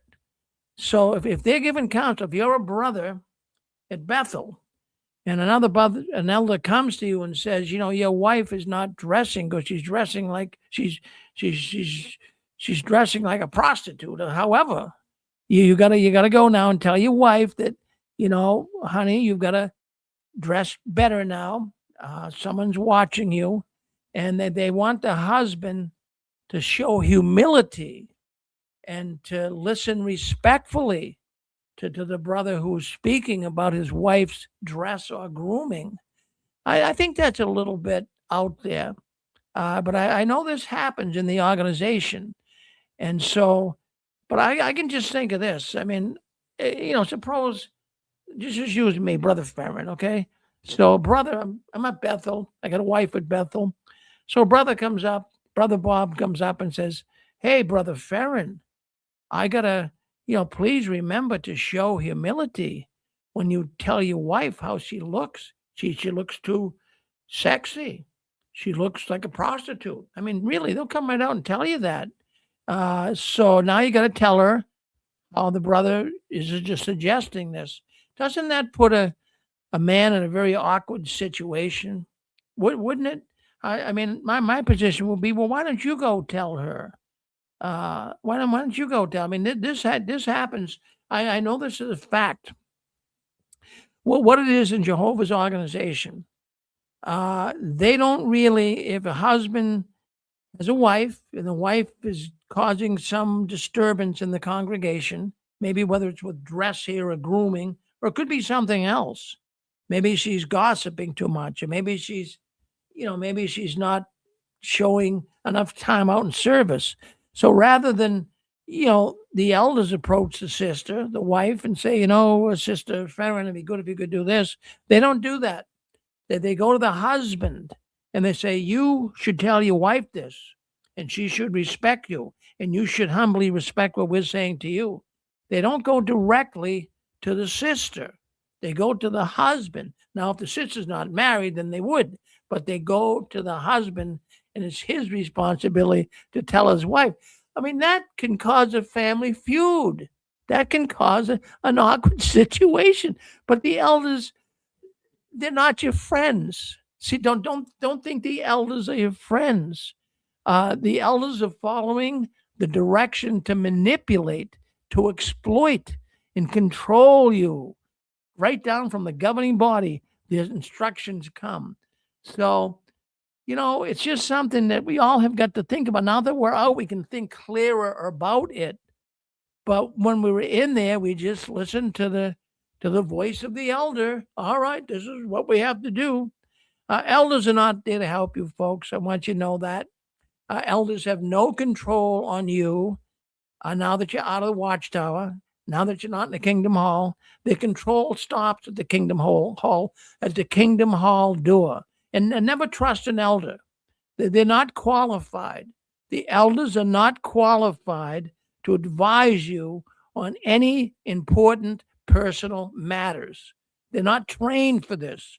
So this idea that the elders are there and they're directed by Holy Spirit, that is a crock of baloney. So what do you think? What do you think about this? What do you think is grooming change? I think some of these sisters are just very beautiful, and they look like a Marilyn Monroe or a Beyonce, and some of them with no makeup would be very beautiful and stunning too, and they can't tone it down. I remember an elder saying to a relative, well, you can tone it down. There was never a more sweeter, more spiritual person than that person. That person was born exquisitely beautiful. Unless we put on the shadar, some of us can't tone it down. Well, I'll tell you, Pixie, I feel what it is the Watchtower organization the last couple of years that we discuss here every Saturday night. They've made really big changes in their policies and even in their doctrine, but just focusing on policies with this grooming. I think they really did it without thinking too much. It should have been kind of outlined explicitly what the Watchtower was looking for in grooming. But as I said earlier, it seems like some people took it to the nth degree and really got to the point that they were dressing like a bunch of ragamuffins. I mean, I've seen it right here in Lowell. That might have been too. But unlike those nice Celtic men up there in Boston that know how to appreciate a pretty girl, the Watchtower Bible and Tract Society has never respected or appreciated women properly. They'll put us down and tell us we need to do this and that. And some of us are just being sweet and submissive and reading our Bible. But there's just some women that just look wonderful and they try to tear us down. Well, we had a girl. I don't know if you guys can remember this, and it's one of in 20 years of doing this program. There's certain programs that stand out in my mind, and the woman came on here. Her name was Courtney, and Courtney had friends that were Jehovah's. Well, not friends, but they're knocking on her door, and she got to know these people. So they invited her to go to the Kingdom Hall. So Courtney went to the Kingdom Hall, but the poor girl was very poor. The girl was very poor. She didn't have a job. She didn't have any money. She didn't have good clothing. So she put together in a closet what she could wear. And so she wore a skirt. It wasn't super short. It was a little above the knee. And Courtney only had a pair of boots to wear, so she put that on. And she went to the Kingdom meeting for the first time. First time going to the Kingdom Hall. And Courtney went back in the bathroom, and two sisters, two staunch, loyal Jehovah's Witness sisters, followed her into the bathroom and said, "You don't want to come to the Kingdom Hall looking like that. You don't look good." They told her she looked like a prostitute. Now, can you imagine? I mean, she was right on the 6 screens. She was telling this on the 6 screens. And now here's a girl, poor as can be, no money, but she went to their meeting because they invited her to go, and yet those sisters had the audacity to go into that ladies' room and read her the riot act. She never forgot that. She told the story in the 6 screens. That is absolutely disgusting to me. You don't. Does God really look at your looks? Does he read your heart, or does he read what type of clothing you're wearing? I mean, I don't expect you to wear something that's over the top, but God doesn't look at your clothing. Well, where'd the Watchtower ever come up with this? Now, it's nice that they dress up if they'd like to. That's fine. I have no problem with that. But geez, at what point does God really judge a person by the clothes they wear? But the Watchtower does it. They're glad to do it. Okay, who wants to say hello to us? You're on with us. Hit *6. Hey, Rick, it's me, Deborah. Deborah, what do you have to say, Deborah? Well, I'm just, the thing is that somebody had mentioned Beyonce. And it's like, well, she's a Jehovah's Witness. Has anybody pulled her aside? Why pick out, it's crazy what they're doing. I mean, putting down all these rules, don't dress this way, don't dress that way, when they've got one who's right out in public. You know what I'm saying? She's got the public eye right there on her all the time. Isn't that something, Deborah, huh? It's what a mixed up organization. Mixed up. It is. It's crazy. I mean, she's a beautiful woman. Why not flaunt it, Yeah. But the thing is just because she's, got money and she's well known, all around the world, I mean, it just doesn't make any sense why they're bringing this up after they changed the rules themselves. It's crazy. How long, Rick? It was nice talking to you. Well, Deborah, how long have you been out? Let's see. I'm 70, and I left when I was 35. Wow. Now So 35 years ago. Now, you've called up here before, right? Oh, yeah. Oh, yeah. No, I've heard you before, Deborah. Well, thank you for calling back in. Always good to hear from you. Thank you. Well, thank you. Have a good New Year. Well, you too. Yeah, have a good New Year yourself, Deborah. All right. Who else we have here? We got 860. Who's that? Hey, Rick. Yes, who's this? This is RJ. RJ, how you doing? I'm doing great. How about you? I'm cranking away at it, RJ. Our topic is dress code among witnesses. Yeah. I just remember the assemblies. You get a pretty good. You get to know people at your congregation and the neighboring congregations. But yeah, there was a lot of good-looking sisters at the conventions. Yeah, well, I mean, they used to not to to overemphasize it, but a lot of the brothers, they used to, and even the sisters. Well, the brothers mostly, they used to, go on the hunt, so to speak, for a sister, and then sisters, they'd all parade themselves around, and even some brothers used to call it the meat market of all things. But I've heard that too as a younger Jehovah's Witness. I never did it. I never went hunting around for a girlfriend, but everyone did. I mean, I knew brothers that did it, and the sisters, they would all walk around because I'll tell you what, the field is very narrow, very narrow. That's one of the only chances they have a chance to meet a mate. And as they're getting older, the late teens, that's what happens in life. And so they'd wait for the conventions to come and they'd look as pretty as they could be. They put their pretty dress on, they put the makeup on. Oh, they want to look good. They want to look good, It's like the JW version of Ponfar from Star Trek. Yeah. Yeah.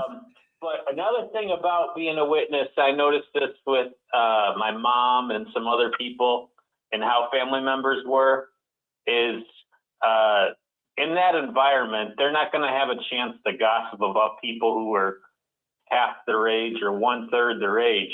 They get that luxury because they know them through the community and because they know them through the Kingdom Halls. Yes. It's like a soap opera to them. Yes. That's a good. Because if they're, they're not gonna have people like that at their work or at their, whatever hobbies they have. But they do have it because they have the common ground of being a witness, that they know all about their business. They know what this person did and who they did it with, and they have an opinion on everything. But unless they're like a family member or close to them, they wouldn't have anybody to talk about. Well, I'll tell you Hey, what. Rick? Yeah. I was just going to add to your guys' conversation about the conventions. Yeah. And like when I was a teenager, my friends used to they used to have me be the fall guy. And what we do, we call it the circle, right? Because you walk in the circle at Amherst or wherever, or even Providence if you're going back. But being raised as a kid in the 90s as a Jehovah's Witness, my friends used to push me into a girl, and like literally, and I'd hit her, and be like, "Oh, I'm so sorry." It would cause conversation, and then we would get all kinds of numbers. Girls from New Hampshire. I'm from Providence, Rhode Island. We're getting girls' numbers from New Hampshire, Vermont, Maine, all over the place.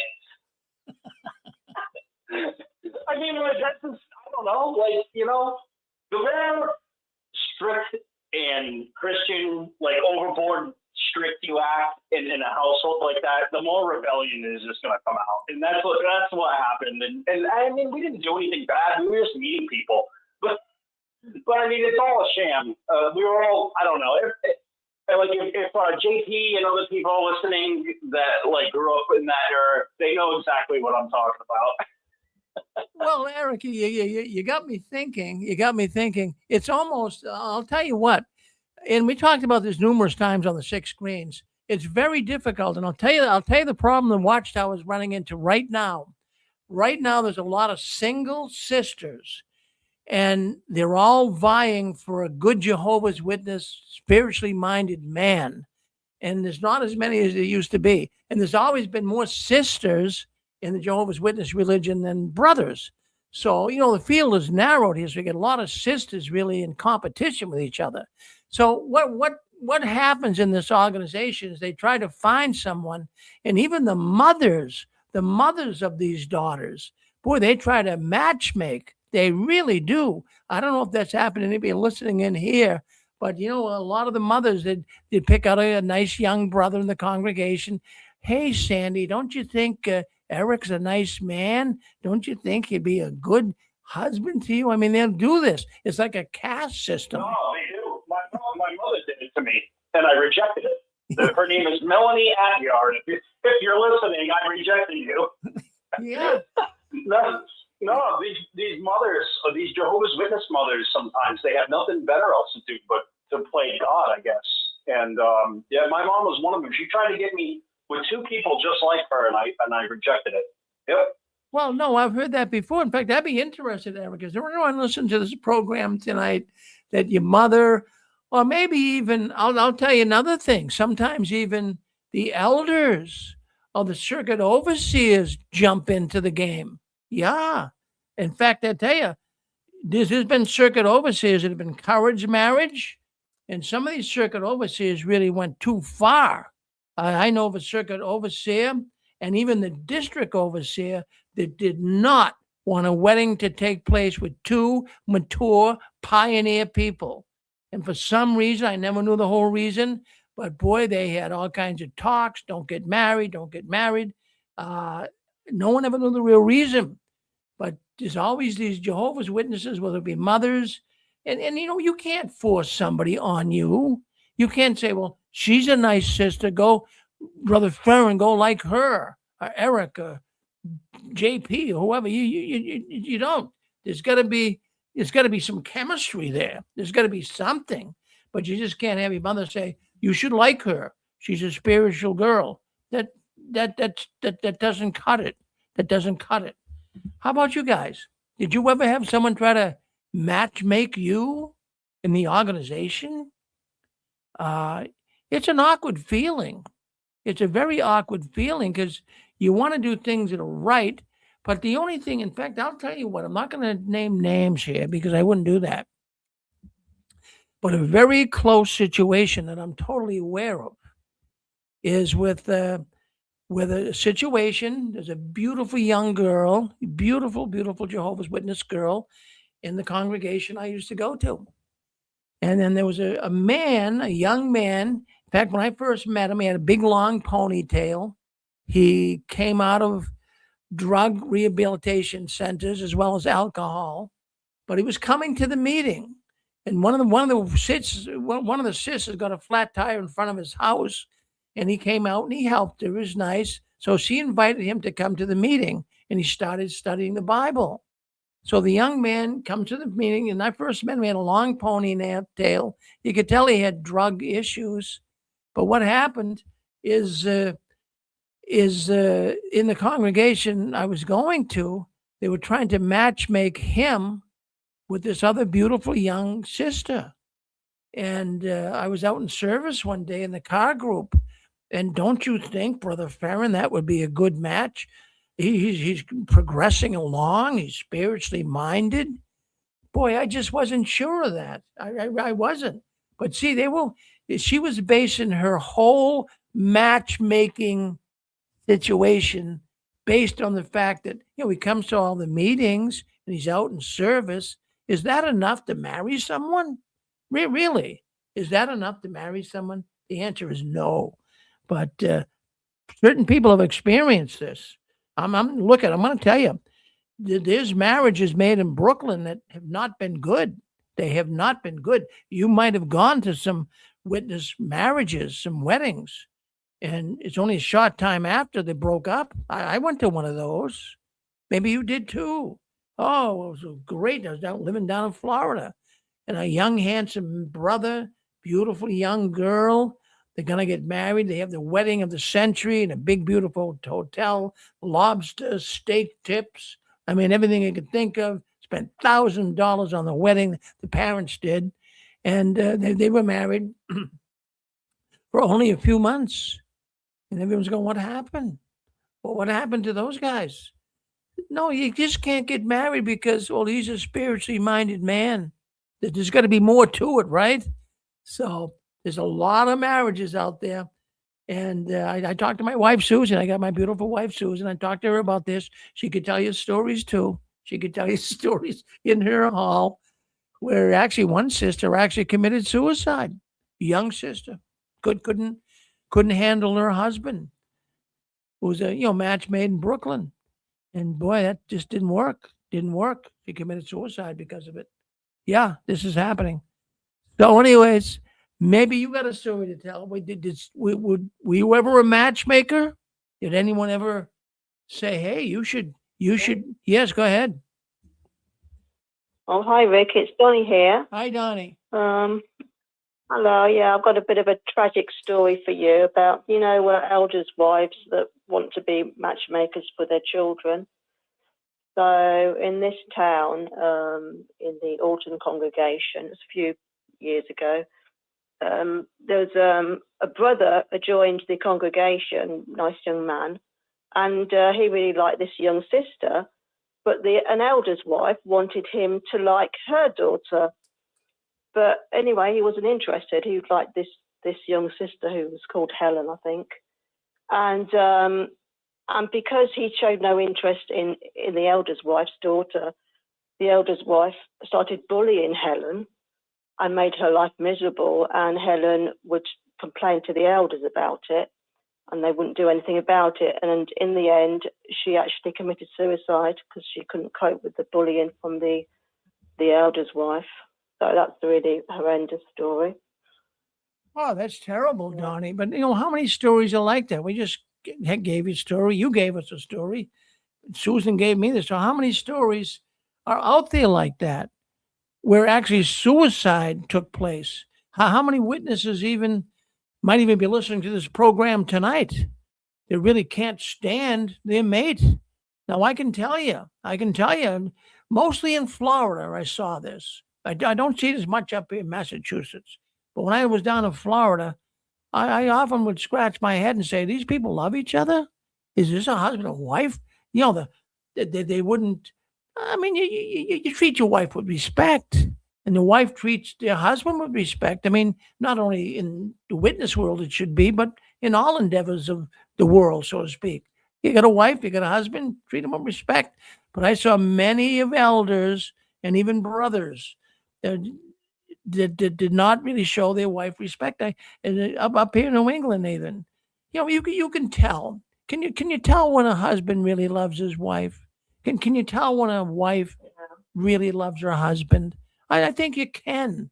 You really can. One thing I noticed, and this brother, he's up here in New England, but he was an elder, and I was good friends with him. I'd go out dinner a lot. His wife, my wife, would go out to dinner a lot, and I would notice he'd get out of the car and just walk ahead, 10 feet ahead of his wife. Walk with your wife. I'm saying, gee, you're an elder. You should be showing respect to your wife. But I'm not just using him as one example. There was a lot of examples I saw. And then I also saw in the congregations in Florida in particular, gee, a wife dies and the husband is, within a month, within 2 weeks, they got another sister in the Kingdom Hall sitting next to them. I'm saying, my goodness gracious. I'm saying, Shocking. I'm serious. I'm not joking, Donnie. Yeah, I'm serious. Really. Yeah. It's, in fact, I'll tell you what, it seemed to, it was almost, it was disturbing to me. I said, that's not fair. We had one brother down there. He was a Watchtower study conductor, and he was a nice man. He was. And his wife was a wonderful woman. I worked with her in service so many times. She was a little older than me, but she was so nice. And she died. I believe she had cancer, and she died pretty unexpectedly. And my goodness, within a short period of time, I'm going to say 6 weeks. I don't think it was even that long. I think it was 6 weeks. And all of a sudden, he's got this other girlfriend. So the Watchtower study conductor's son came to me. He says, Brother Farron, he says, I don't like this. I don't like seeing my father. My mother just died, and here's my father with a girlfriend already. It was very, very disturbing. Then I seen it happen again. So what happens, Donnie, There's a lot here as well. There's a lot of desperation, isn't there? And I think to myself, because one brother, his wife died, and he didn't even have a funeral for her. We was a bit shocked about that. Then the next thing you know, he's married. He's married a sister, like 2 months later, that he was disfellowshipped for having an affair with 10 years before, and I thought, we're all pretty shocked about it, but people are desperate, I think, in that religion. So it's all very sad. Anyway, that's it really. So thank you. Good night. Thank you. Well, Donnie, thank you for calling in from London. Go ahead, sister. You're on with us. This is Angela, Rick, and this has been one of those things that's like really important to me. But it says in the Bible that men are to love their wives, and that women are to respect their husbands. And I really gave that a lot of thought one day, and I realized that it fits together beautifully because the men, what they want is respect. Women need love. And so if the man will just love his wife, really genuinely love her and show her a lot of love, then it makes it easier for her to respect him. But if she starts out respecting him, then it's much easier for the man to love the wife. And so that's what women need desperately, to be loved. And God knew that. And I felt that's why it's sent that way in the Bible, men to love their husbands and treat them as their own bodies, that you would always, you would never treat your own self badly. So, and since your wife is one with you, you treat her with a lot of love. And then she responds in kind, beautifully, and respects. But either way, men need to be respected, so women should respect them. But the other way around, I think it's not as effective, because we respond well to love and men respond well to respect. So anyway, I know I'm beating it over and over again, but I want to get it across. Okay, thank you. Well, Angela, I think that's a wonderful narrative. I follow that 100%. And even my wife here, Susan, she really looks at the marriage situation in a really good way. She wants me to be the leader. Now, I hate to even use that word, but respectfully, I respect her. She respects me. And as you were just saying there, a woman needs that, but she doesn't need some dominating, controlling person, just telling her everything, as the Watchtower really would encourage elders and men to be. The Watchtower encourages men to be controlling over their wife. Disgusting. Thank you, Angela. Thank you very much. Yeah, Rick, I wanted to say too that, a lot of elders spend, tons and tons of time at the meeting. I mean, the meetings are over. They got 2, 3 hours, 4 hours of elders meetings. And I don't know, when I came in, I saw a lot of women that were really abused. A lot of them really looked tired out. When I was kind of, studying along in my 20s, I would see a picture of the sister on the coffee table with her husband. And then I would look at this sister and I'd say, is that the sister? I say, boy, she looks old. And it's because they have such a heavy load to carry. I mean, and sex is a big thing. We were always told if you were past the bloom of youth, then it's better to marry. So if you were a horny guy, they'd say marry. It wasn't fall in love, or like you say, have some chemistry. And the halls that I were in, Rick, they were dating places. They were just mainly dating, and everybody looked at the sisters. The sisters were always dressed to the nines. The brothers were always dressed up.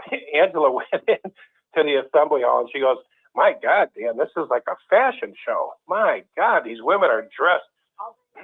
All during the service? Yeah. Angela freaked out at how high end everybody dressed and really fine, looking. And Angela said the fashion show went on during the service. She saw the girls walking around the outside. You know how they make a loop? The guys are going one way and the girls.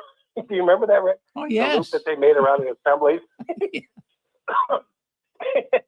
So anyway, but I remember, Rick, when I was dating a couple of girls, my uncle literally said this, and I've said it on the show before.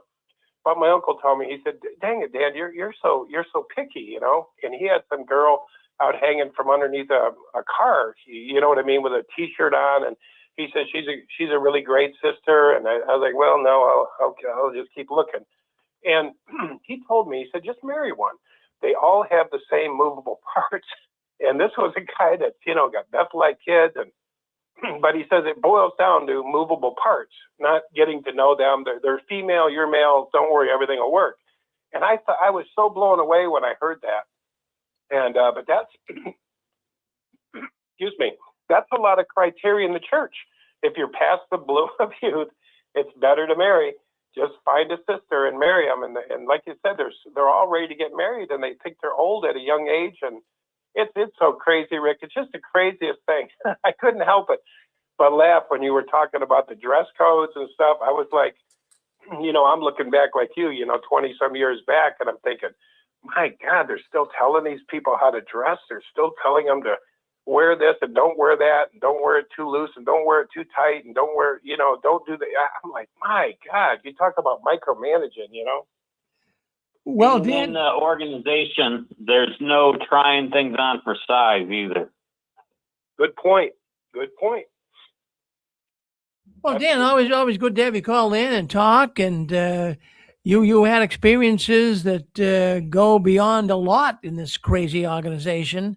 But boy, we're so glad that you're able to work your way loose from it. But it's so hard to get it entirely out of your head. so hard. Yeah. Have you ever, something weird, Rick? I was thinking about this today. When I left the Kingdom Hall, the world seemed like a freak show. I mean, it really looked like, the outer limits. The world actually looked like the outer limits. And it took a long time to adjust to normal.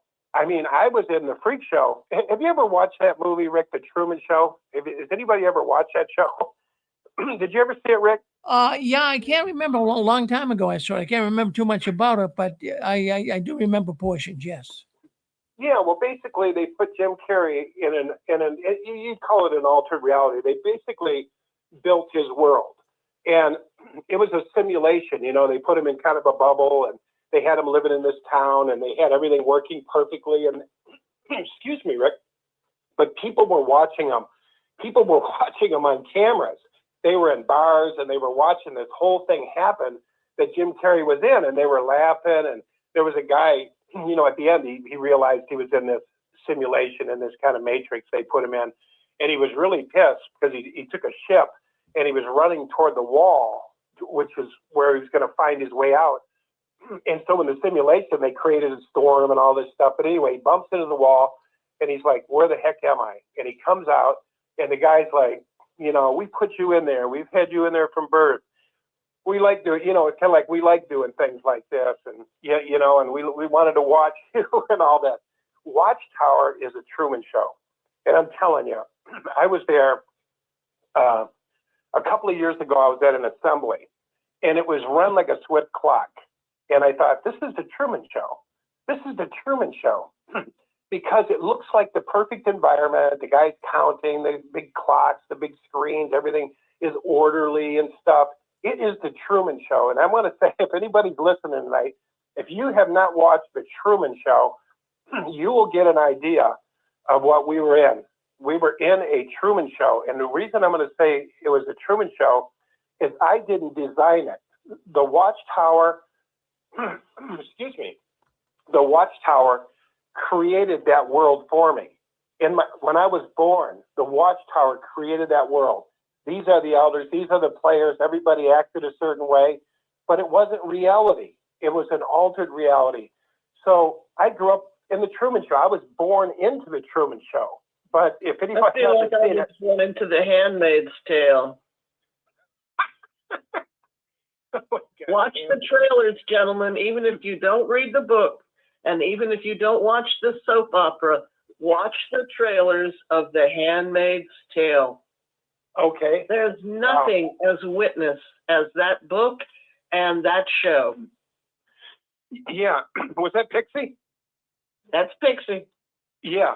It's amazing. If you will watch this stuff, if the people will watch these things, they'll actually see that what they grew up in was totally fabricated for them, totally designed. It's amazing. And Watchtower even goes to the next step, telling you how to dress, what to do in the bedroom, what to tell you how to eat.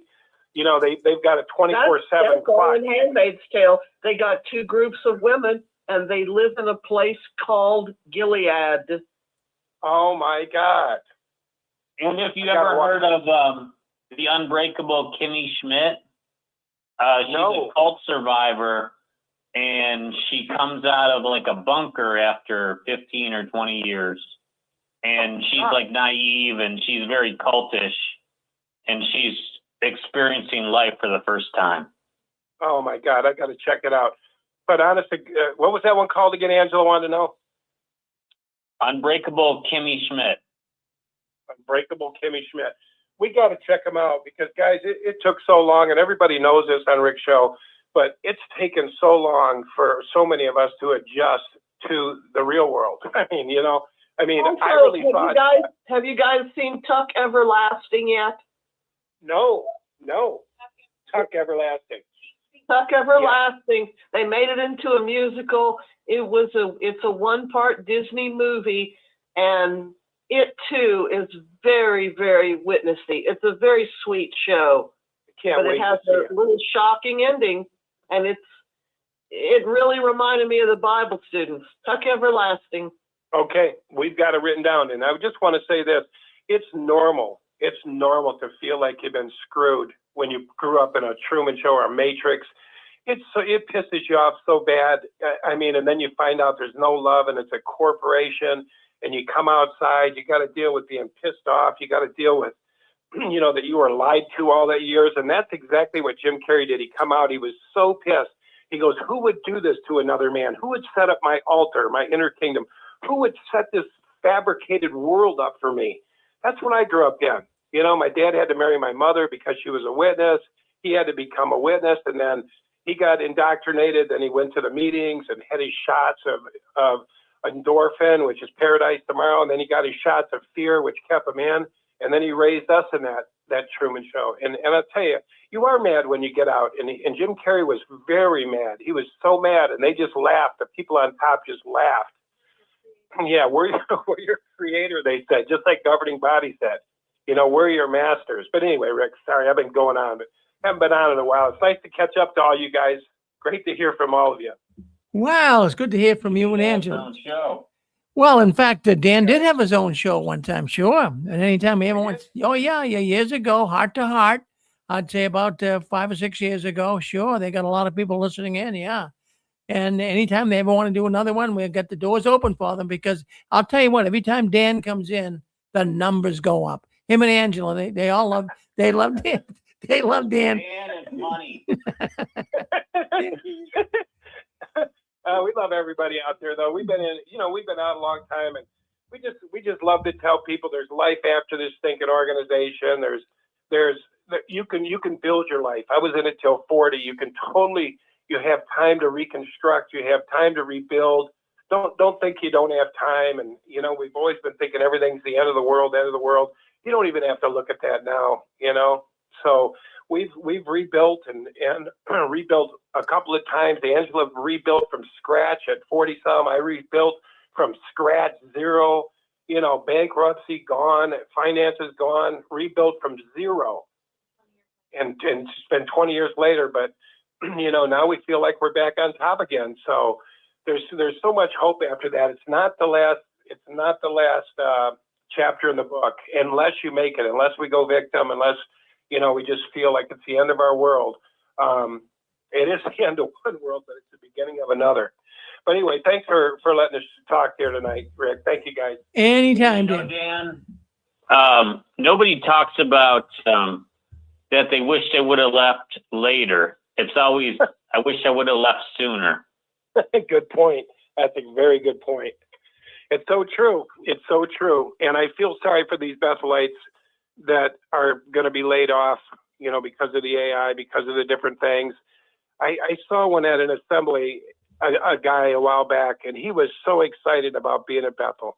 He loved being there. Him and his wife were there. He even took a picture of me, you know. He didn't know, you know, I was holding one of the Bibles they say they don't use anymore. But he even took a picture with it. He was just so happy. And I thought, man, I remember being like that. I remember being totally lost in the illusion, totally lost in the idea that they presented, and totally loving it. And then I remember when that crashed and burned. And it's the most hardest thing. It's coming out of denial.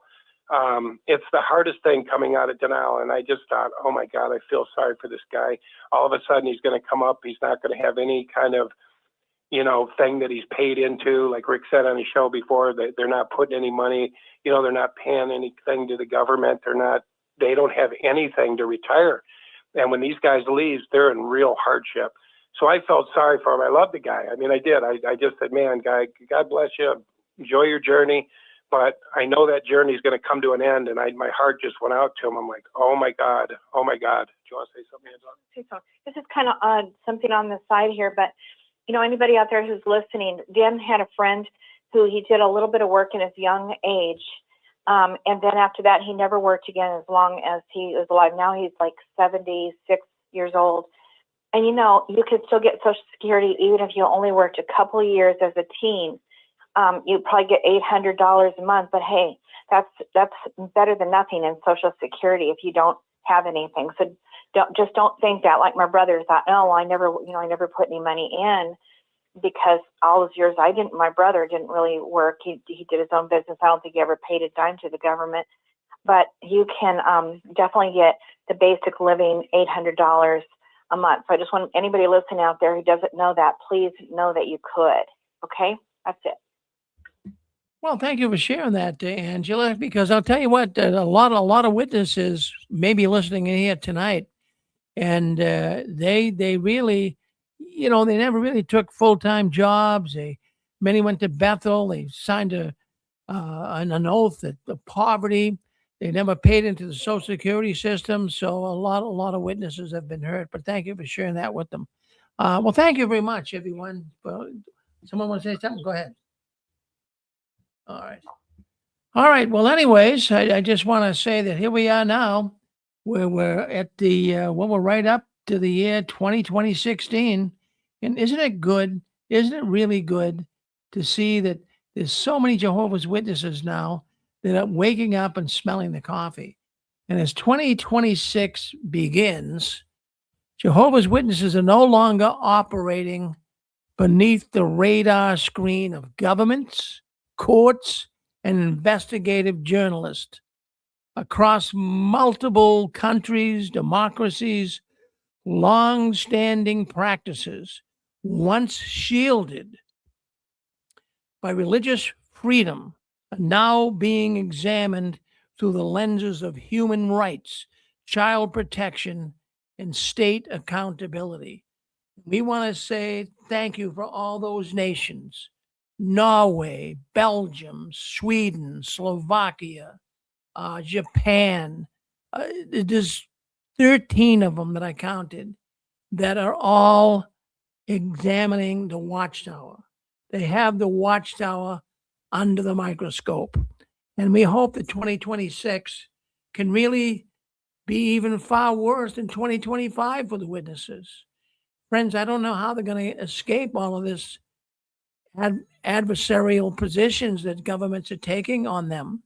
Only time will tell, but I think 2026 is going to be a year where people find out more about this cult than ever in the history of the Watchtower. I want to play this. I played it in the beginning. This is an AI film that we did in the last couple of weeks. It's Charles Taze Russell. It's not Charles Taze Russell. This one has to do with Rutherford, the second president of the Watchtower. I want to play it, and I want to say to everyone, thank you very much for coming in tonight to the 6 Screens Telenetwork. Spread the word. Let people know we do it every Saturday night. And we're going to do it tomorrow, Sunday. We have a Sunday edition every other Sunday. That starts at 1 o'clock tomorrow. So by all means, if you can come in tomorrow, we'd love to have you for our Sunday edition of JW World News. We get into theology on Sunday. We get into theology. We don't discuss it on Saturday night. But if you get out of the Watchtower because of biblical reasons, by all means, join us tomorrow. We have a number of programs beginning at 1 o'clock. So I just want to say this. I want you guys all to stand tall. Don't you ever give in, up, or out. And the last one, leaving the Watchtower, please turn off the new light. I want to play this clip for you right now. I think you'll find it very fascinating. This is an AI clip that we just put out 2 days ago. Already there's tons of people that have been writing me about it. They really, really do like it. We're going to continue to do more of them. So let me share the screen, and we'll end it with the Judge Rutherford. Let's play the film right now. Give us a second.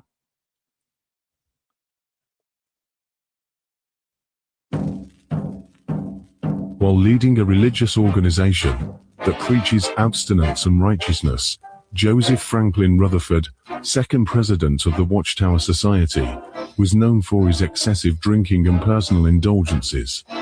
Despite the prohibition, when the United States made it illegal to manufacture, sell, or transport any intoxicating liquors, Rutherford and his agents allegedly imported liquor illegally from the International Bible Association in Toronto to the Watchtower headquarters in Brooklyn. Rutherford even published articles defending the use of alcohol.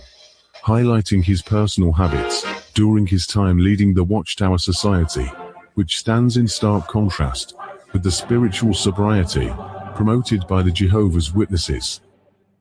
Despite the contradictions of their founding fathers and well-documented evidence, the Watchtower Society continues to refer to him favorably as Brother Rutherford, as mentioned on the official website, jw.org.